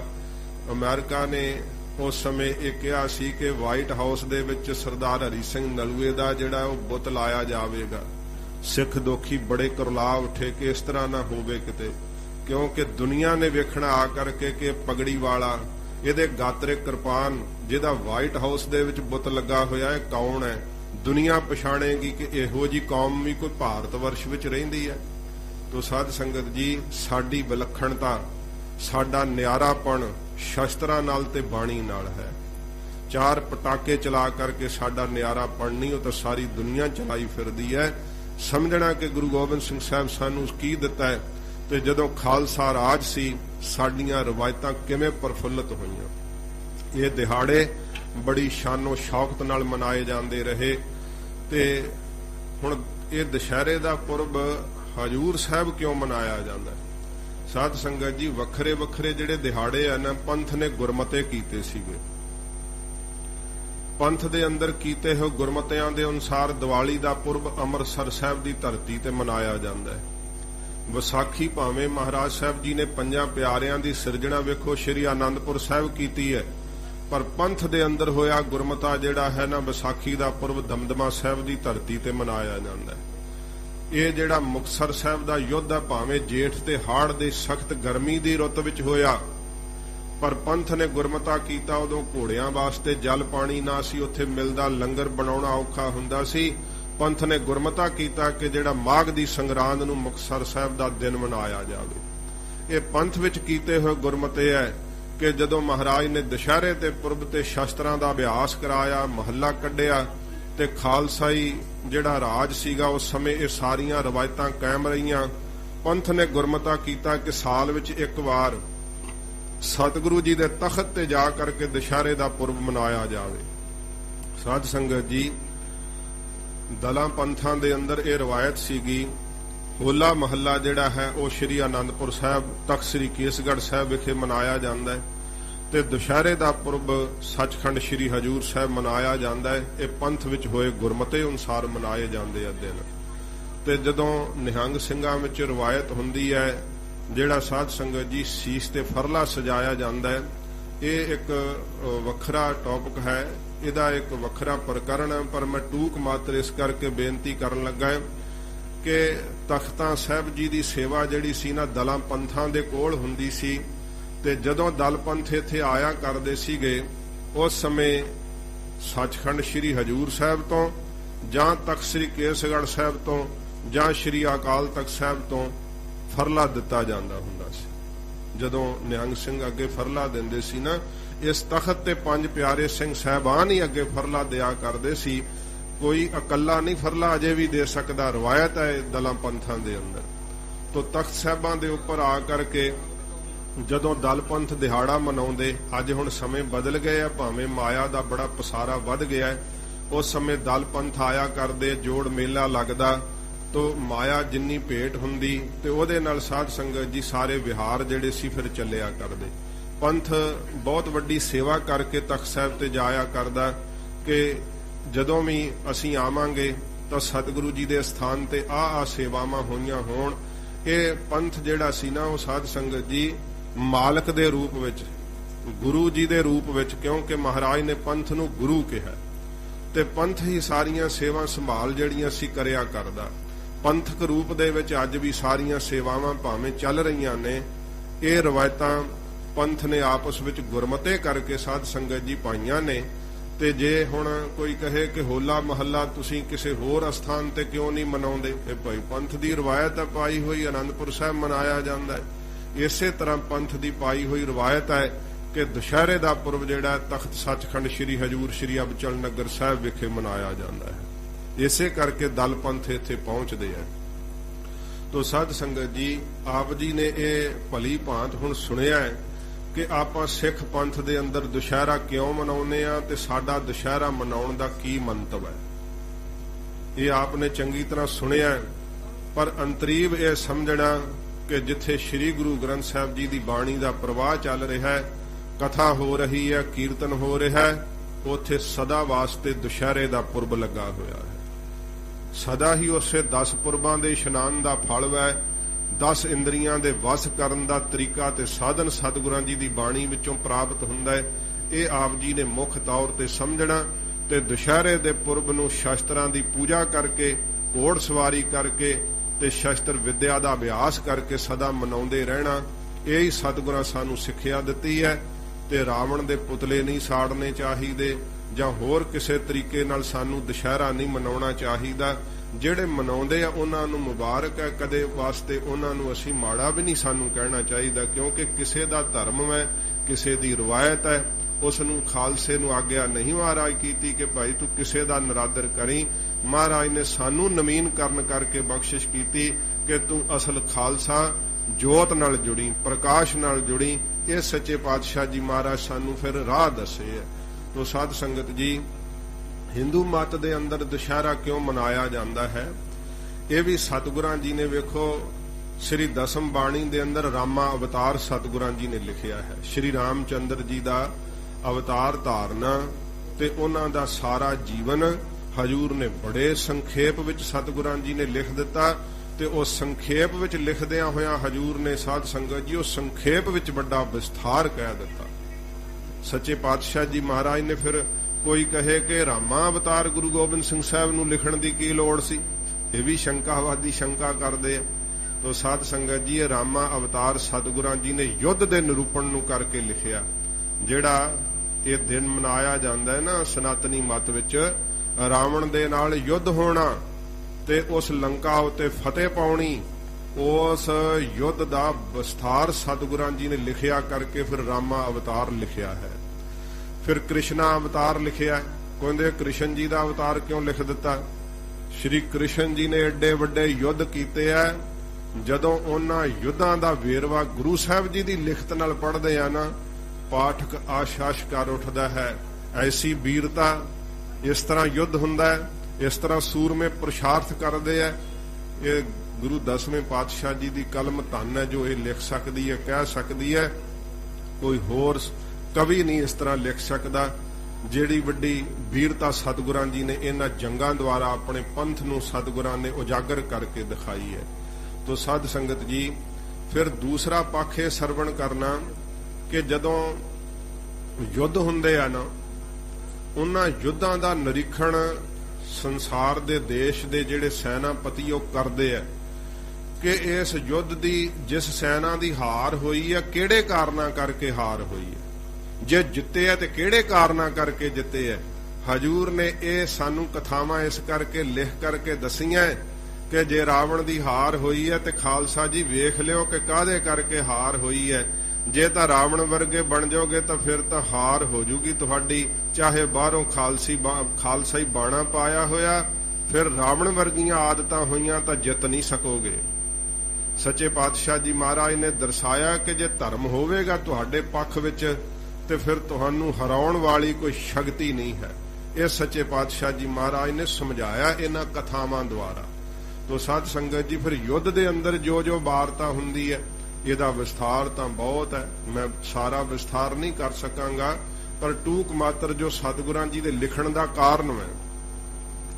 ਇਸ ਯੁੱਧ ਦੇ ਅੰਦਰ ਸਾਧ ਸੰਗਤ ਜੀ ਬਹੁਤ ਜ਼ਿਆਦਾ ਦੋ ਬਦੂ ਲੜਾਈ ਤੇ ਦੋਹਾਂ ਪਾਸਿਆਂ ਤੋਂ ਸੂਰਮਿਆਂ ਦਾ ਲੜਨਾ, ਉਹਦੇ ਕਾਰਨ ਜਿਹੜੇ ਆ ਉਹ ਭਾਵੇਂ ਕਿ ਭਲੀ ਭਾਂਤ ਤੁਸੀਂ ਸਾਰੇ ਜਾਣਦੇ ਹੋ, ਕਿਉਂਕਿ ਪਹਿਲੋਂ ਤੋਂ ਇਹ ਕਥਾਵਾਂ ਸੁਣਦੇ ਆਏ ਹੋ। ਰਾਮ ਲੀਲਾ ਪਹਿਲਾਂ ਲੱਗਦੀਆਂ ਹੁੰਦੀਆਂ ਸੀਗੀਆਂ। ਤੋ ਸਾਧ ਸੰਗਤ ਜੀ, ਕਈ ਸਿੱਖਾਂ ਦਾ ਖਿਆਲ ਹੈ ਕਿ ਜੇ ਵੇਖੋ ਰਾਮ ਲੀਲਾ ਪਾਤਰ ਬਣਾ ਕਰਕੇ ਮਨਾਈ ਜਾਂਦੀ ਹੈ ਤੇ ਇਹਦੇ ਨਾਲ ਬੜਾ ਪ੍ਰਚਾਰ ਹੁੰਦਾ ਹੈ। ਸਿੱਖਾਂ ਨੂੰ ਵੀ ਪਾਤਰ ਬਣਾ ਕਰਕੇ ਨਾ ਇਹੋ ਜਿਹੀਆਂ ਫਿਲਮਾਂ ਬਣਾਉਣੀਆਂ ਚਾਹੀਦੀਆਂ ਤਾਂ ਪ੍ਰਚਾਰ ਹੋਵੇ। ਪਹਿਲੋਂ ਮਨਸੂਹੀ ਰਾਮ ਲੀਲਾ ਵਾਂਗ ਨਾ ਸਾਧ ਸੰਗਤ ਜੀ ਉਹ ਨਾ ਚਮਕੌਰ ਦੇ ਯੁੱਧ ਦੀ ਜਿਹੜੀ ਸੀ ਨਾ ਉਹ ਵਿਖਾਉਣ ਲੱਗੇ ਨੌਟੰਕੀ ਬਣਾ ਕਰਕੇ। ਤੇ ਇਹ ਹੁਣ ਕੋਈ ਮਨੁੱਖ ਉੱਠ ਕੇ ਗੁਰੂ ਗੋਬਿੰਦ ਸਿੰਘ ਸਾਹਿਬ ਤੇ ਨਹੀਂ ਨਾ ਬਣ ਸਕਦਾ। ਜੇ ਕੋਈ ਯਤਨ ਕਰੇਗਾ ਤੇ ਪੰਥ ਉਸ ਨੂੰ ਪ੍ਰਵਾਨ ਨਹੀਂ ਕਰਦਾ, ਭਾਵੇਂ ਕਿ ਫੋਟੋਆਂ ਦੁਆਰਾ ਹੁਣ ਕਰਨ ਦਾ ਯਤਨ ਤਾਂ ਕਰਦੇ ਆ। ਉਹ ਇਹ ਸਾਧ ਸੰਗਤ ਜੀ ਮਾਲਵੇ ਦੇ ਇਲਾਕੇ ਦੀ ਬਾਤ ਹੈ। ਇੱਕ ਨੂੰ ਸਾਹਿਬਜ਼ਾਦਾ ਅਜੀਤ ਸਿੰਘ ਬਣਾਤਾ ਤੇ ਉਹਨੇ ਸ਼ਸਤਰ ਪਹਿਨੇ ਹੋਏ, ਤੇ ਉਹ ਦੂਸਰਾ ਮੁਗਲ ਪਠਾਨ ਉਧਰੋਂ ਉਧਰ ਹੀ ਗੱਲਾਂ ਬਾਤਾਂ ਕਰਦੇ, ਜਿਹੜੇ ਬੈਠੇ ਆ ਚਾਰ ਵੇਖਣ ਵਾਲੇ ਉਹਨਾਂ ਨੂੰ ਰਿਝਾ ਰਹੇ ਆ। ਤੇ ਉਹ ਕੀ ਹੋਇਆ, ਲੜਦਿਆਂ ਮਨਸੂਹੀ ਲੜਾਈ ਸੀ ਭਾਵੇਂ, ਉਹ ਜਦੋਂ ਕੋਈ ਅੱਗੋਂ ਬੋਲਿਆ ਉਧਰੋਂ ਉਧਰ ਹੀ ਜਿਹਨੂੰ ਅਜੀਤ ਸਿੰਘ ਬਣਾਇਆ ਹੋਇਆ ਉਹਨੇ ਸੱਚਮੁੱਚ ਹੀ ਤਲਵਾਰ ਗਰਦਨ ਤੇ ਕੱਢ ਮਾਰੀ ਤੇ ਉਹਦਾ ਸਿਰ ਲਾਤਾ। ਉਹ ਫਿਰ ਪੁਲਿਸ ਨੇ ਸਾਰੀ ਉਹਨਾਂ ਦੀ ਨੌਟੰਕੀ ਬੰਦ ਕੀਤੀ ਤੇ ਉਹਨਾਂ ਕਿਹਾ ਕਿ ਇਹ ਸਿੱਖਾਂ ਦੀ ਨੌਟੰਕੀ ਨਾ ਕਰਾਇਓ, ਸੱਚਮੁੱਚ ਹੀ ਇਹ ਅਸਲ ਰੂਪ 'ਚ ਹੀ ਆ ਜਾਂਦੇ ਆ ਨਾਟਕ ਕਰਦੇ ਕਰਦੇ ਵੀ। ਤੋ ਸਾਧ ਸੰਗਤ ਜੀ, ਨਾ ਤਾਂ ਕੋਈ ਸਾਹਿਬਜ਼ਾਦਾ ਅਜੀਤ ਸਿੰਘ ਸਾਹਿਬ ਬਣ ਸਕਦਾ ਹੈ, ਭਾਵੇਂ ਕਿ ਵੇਖੋ ਜੋ ਮਹਾਰਾਜ ਦੇ ਸਾਹਿਬਜ਼ਾਦਿਆਂ ਕੁਰਬਾਨੀ ਕੀਤੀ ਹੈ, ਪੁਰਸ਼ਾਰਥ ਕੀਤਾ ਹੈ, ਇਹ ਹਜੂਰ ਦੀ ਆਪਣੀ ਰਸਨਾ ਦੇ ਵੀ ਬਚਨ ਹੈ। ਜਦੋਂ ਮਾਤਾ ਸੁੰਦਰ ਕੌਰ ਜੀ ਨੇ ਪਾਲਕ ਪੁੱਤਰ ਇੱਕ ਬਣਾ ਲਿਆ ਸੀ ਨਾ, ਅਜੀਤ ਸਿੰਘ ਜੀ ਦੇ ਨਾਲ ਉਹਦੀ ਸ਼ਕਲ ਮਿਲਦੀ ਸੀ। ਤੇ ਜਦੋਂ ਹਜੂਰ ਆਪ ਦਿੱਲੀ ਆਏ, ਮਹਾਰਾਜ ਨੇ ਵੇਖਿਆ ਕਿ ਸੁੰਦਰ ਕੌਰ ਜੀ ਤਾਂ ਪਿਆਰ ਬੜਾ ਕਰਦੇ ਆ ਇਹਨੂੰ, ਤੇ ਉਹ ਪਾਲਕ ਪੁੱਤਰ ਅਜੀਤ ਸਿੰਘ ਉਹਦਾ ਨਾਮ ਹੋਇਆ। ਤੇ ਗੁਰੂ ਗੋਬਿੰਦ ਸਿੰਘ ਸੱਚੇ ਪਾਤਸ਼ਾਹ ਜੀ ਨੇ ਵੇਖ ਕਰਕੇ ਕਿਹਾ ਸੀ, ਸੁੰਦਰ ਕੌਰ ਜੀ ਤੁਹਾਡੇ ਪੁੱਤਰ ਅਜੀਤ ਸਿੰਘ ਵਰਗਾ ਨਾ ਕੋਈ ਸੰਸਾਰ ਵਿੱਚ ਹੋਇਆ ਤੇ ਨਾ ਸ਼ਾਇਦ ਹੋ ਸਕੇਗਾ, ਇਹਦੇ ਵਿੱਚ ਆਪਣਾ ਮੋਹ ਨਾ ਲਾਇਓ। ਅਜੀਤ ਸਿੰਘ ਸੀ, ਅਜੀਤ ਸਿੰਘ ਵਰਗਾ ਇਹਦੇ ਕੋਲੋਂ ਨਹੀਂ ਬਣਿਆ ਜਾਵੇਗਾ। ਜੇ ਤੁਸੀਂ ਮੋਹ ਨਹੀਂ ਤੋੜੋਗੇ ਤੁਹਾਡਾ ਦਿਲ ਇੱਕ ਦਿਨ ਦੁਖਾਵੇਗਾ। ਇਹ ਗੁਰੂ ਸਾਹਿਬ ਦੇ ਕਹੇ ਬਚਨ ਸੀ। ਉਹ ਸਿੱਖੀ ਤੋਂ ਬੇਪੁੱਤ ਹੋਇਆ, ਮਾਤਾ ਜੀ ਨੇ ਫਿਰ ਉਸ ਨੂੰ ਬੇਦਖਲ ਕੀਤਾ, ਮਾਤਾ ਜੀ ਦਾ ਦਿਲ ਉਸਨੇ ਤੋੜਿਆ, ਇਤਿਹਾਸ ਨੇ ਕਿਹਾ। ਤੋ ਸਾਧ ਸੰਗਤ ਜੀ, ਸੱਚੇ ਪਾਤਸ਼ਾਹ ਜੀ ਮਹਾਰਾਜ ਨੇ ਜੋ ਕੁਝ ਸਾਡੇ ਸਾਹਮਣੇ ਦਰਸਾਇਆ ਬਾਣੀ ਦੁਆਰਾ, ਅਵਤਾਰ ਧਾਰ ਕੇ ਸਤਿਗੁਰਾਂ ਜੀ ਨੇ ਜੋ ਕੌਤਕ ਕੀਤੇ ਐ, ਉਹਨਾਂ ਨੂੰ ਨੌਟੰਕੀ ਨਾਲ ਤੇ ਫਿਲਮਾਂ ਦੁਆਰਾ ਫਿਲਮਾਇਆ ਨਹੀਂ ਜਾ ਸਕਦਾ। ਭਾਵੇਂ ਕਿ ਪਿੱਛੇ ਫਿਲਮ ਬਣੀ ਸੀ, ਮੈਂ ਉਹਦੇ ਬਾਰੇ ਜ਼ਿਕਰ ਕੀਤਾ ਸੀਗਾ। ਤੋ ਸਾਧ ਸੰਗਤ ਜੀ, ਚਮਕੌਰ ਸਾਹਿਬ ਦੀ ਲੜਾਈ ਨੂੰ ਸਾਡੇ ਗ੍ਰੰਥਾਂ ਨੇ ਬਿਆਨ ਕੀਤਾ ਹੈ, ਪਰ ਬਿਆਨ ਕਰਦੇ ਵੀ ਸਾਡੇ ਉਹ ਵਿਦਵਾਨ ਕਹਿੰਦੇ ਐ ਕਿ ਚਮਕੌਰ ਸਾਹਿਬ ਦਾ ਮੈਦਾਨੇ ਜੰਗ ਸ਼ਬਦਾਂ ਨਾਲ ਬਿਆਨ ਨਹੀਂ ਕੀਤਾ ਜਾ ਸਕਦਾ ਕਿ ਧੰਨ ਗੁਰੂ ਗੋਬਿੰਦ ਸਿੰਘ ਸੱਚੇ ਪਾਤਸ਼ਾਹ ਮਹਾਰਾਜ ਨੇ 10 ਲੱਖ ਨਾਲ 40 ਕਿਵੇਂ ਲੜਾ ਦਿੱਤੇ ਸੀ। ਇਹ ਤਾਂ ਉਸ ਸਮੇਂ ਨੀਲੇ ਆਸਮਾਨ ਨੇ ਤੱਕਿਆ, ਚਮਕੌਰ ਸਾਹਿਬ ਦੀ ਧਰਤੀ ਨੇ ਵੇਖਿਆ ਕਿ ਸੰਸਾਰ ਦੀ ਕੋਈ ਲੜਾਈ ਐਸੀ ਨਹੀਂ ਹੋਈ ਜਿਹੜੀ ਗੁਰੂ ਗੋਬਿੰਦ ਸਿੰਘ ਸੱਚੇ ਪਾਤਸ਼ਾਹ ਜੀ ਮਹਾਰਾਜ ਕੀਤੀ। ਤੇ ਇਹ ਦਿਨ ਜਿਸ ਦਿਨ ਜੰਗ ਹੋਇਆ, ਸਾਲ ਵਿੱਚ ਸਭ ਤੋਂ ਛੋਟਾ ਦਿਨ ਹੁੰਦਾ ਹੈ ਸਰਦੀਆਂ ਦਾ। ਸਭ ਤੋਂ ਛੋਟੇ ਦਿਨ ਦੇ ਵਿੱਚ ਸਤਿਗੁਰੂ ਜੀ ਨੇ ਇਸ ਕਾਇਨਾਤ ਦਾ ਸਭ ਤੋਂ ਵੱਡਾ ਇਤਿਹਾਸ ਸਿਰਜਿਆ ਗਰੀਬ ਨਵਾਜ ਨੇ। ਤੋ ਸਾਧ ਸੰਗਤ ਜੀ, ਇਹ ਜੋ ਸਾਡਾ ਇਤਿਹਾਸ ਹੈ, ਇਹਨੂੰ ਫਿਲਮਾਂ ਦੁਆਰਾ ਨਹੀਂ ਬਿਆਨ ਕੀਤਾ ਜਾ ਸਕਦਾ। ਹਾਂ, ਜੇ ਤੁਸੀਂ ਸੁਣਨਾ ਚਾਹੁੰਦੇ ਹੋ ਤੇ ਆਪਣੇ ਜਿਹੜੇ ਇਤਿਹਾਸ ਦੇ ਗ੍ਰੰਥ ਨੇ, ਜਿਨ੍ਹਾਂ ਨੂੰ ਅੱਜ ਤੁਹਾਡੇ ਦੋਖੀ ਜਿਹੜੇ ਆ ਉਹ ਇਹ ਕਹਿ ਕਰਕੇ ਜਿਹੜੇ ਆ ਬਦਨਾਮ ਕਰ ਰਹੇ ਆ ਕਿ ਇਹਨਾਂ ਵਿੱਚ ਆਹ ਲਿਖਿਆ ਉਹ ਲਿਖਿਆ, ਉਸੇ ਇਤਿਹਾਸ ਵਿੱਚੋਂ ਤੁਸੀਂ ਸੁਣ ਸਕਦੇ ਹੋ ਕਿ ਚਮਕੌਰ ਸਾਹਿਬ ਦਾ ਯੁੱਧ ਕਿਵੇਂ ਹੋਇਆ ਸੀ। ਤੇ ਇਹ ਸਾਰੀਆਂ ਬੀਰਸੀ ਗਾਥਾਵਾਂ ਸਾਡੇ ਇਤਿਹਾਸ ਦੇ ਗ੍ਰੰਥਾਂ ਵਿੱਚ ਛਿਪੀਆਂ ਹੋਈਆਂ।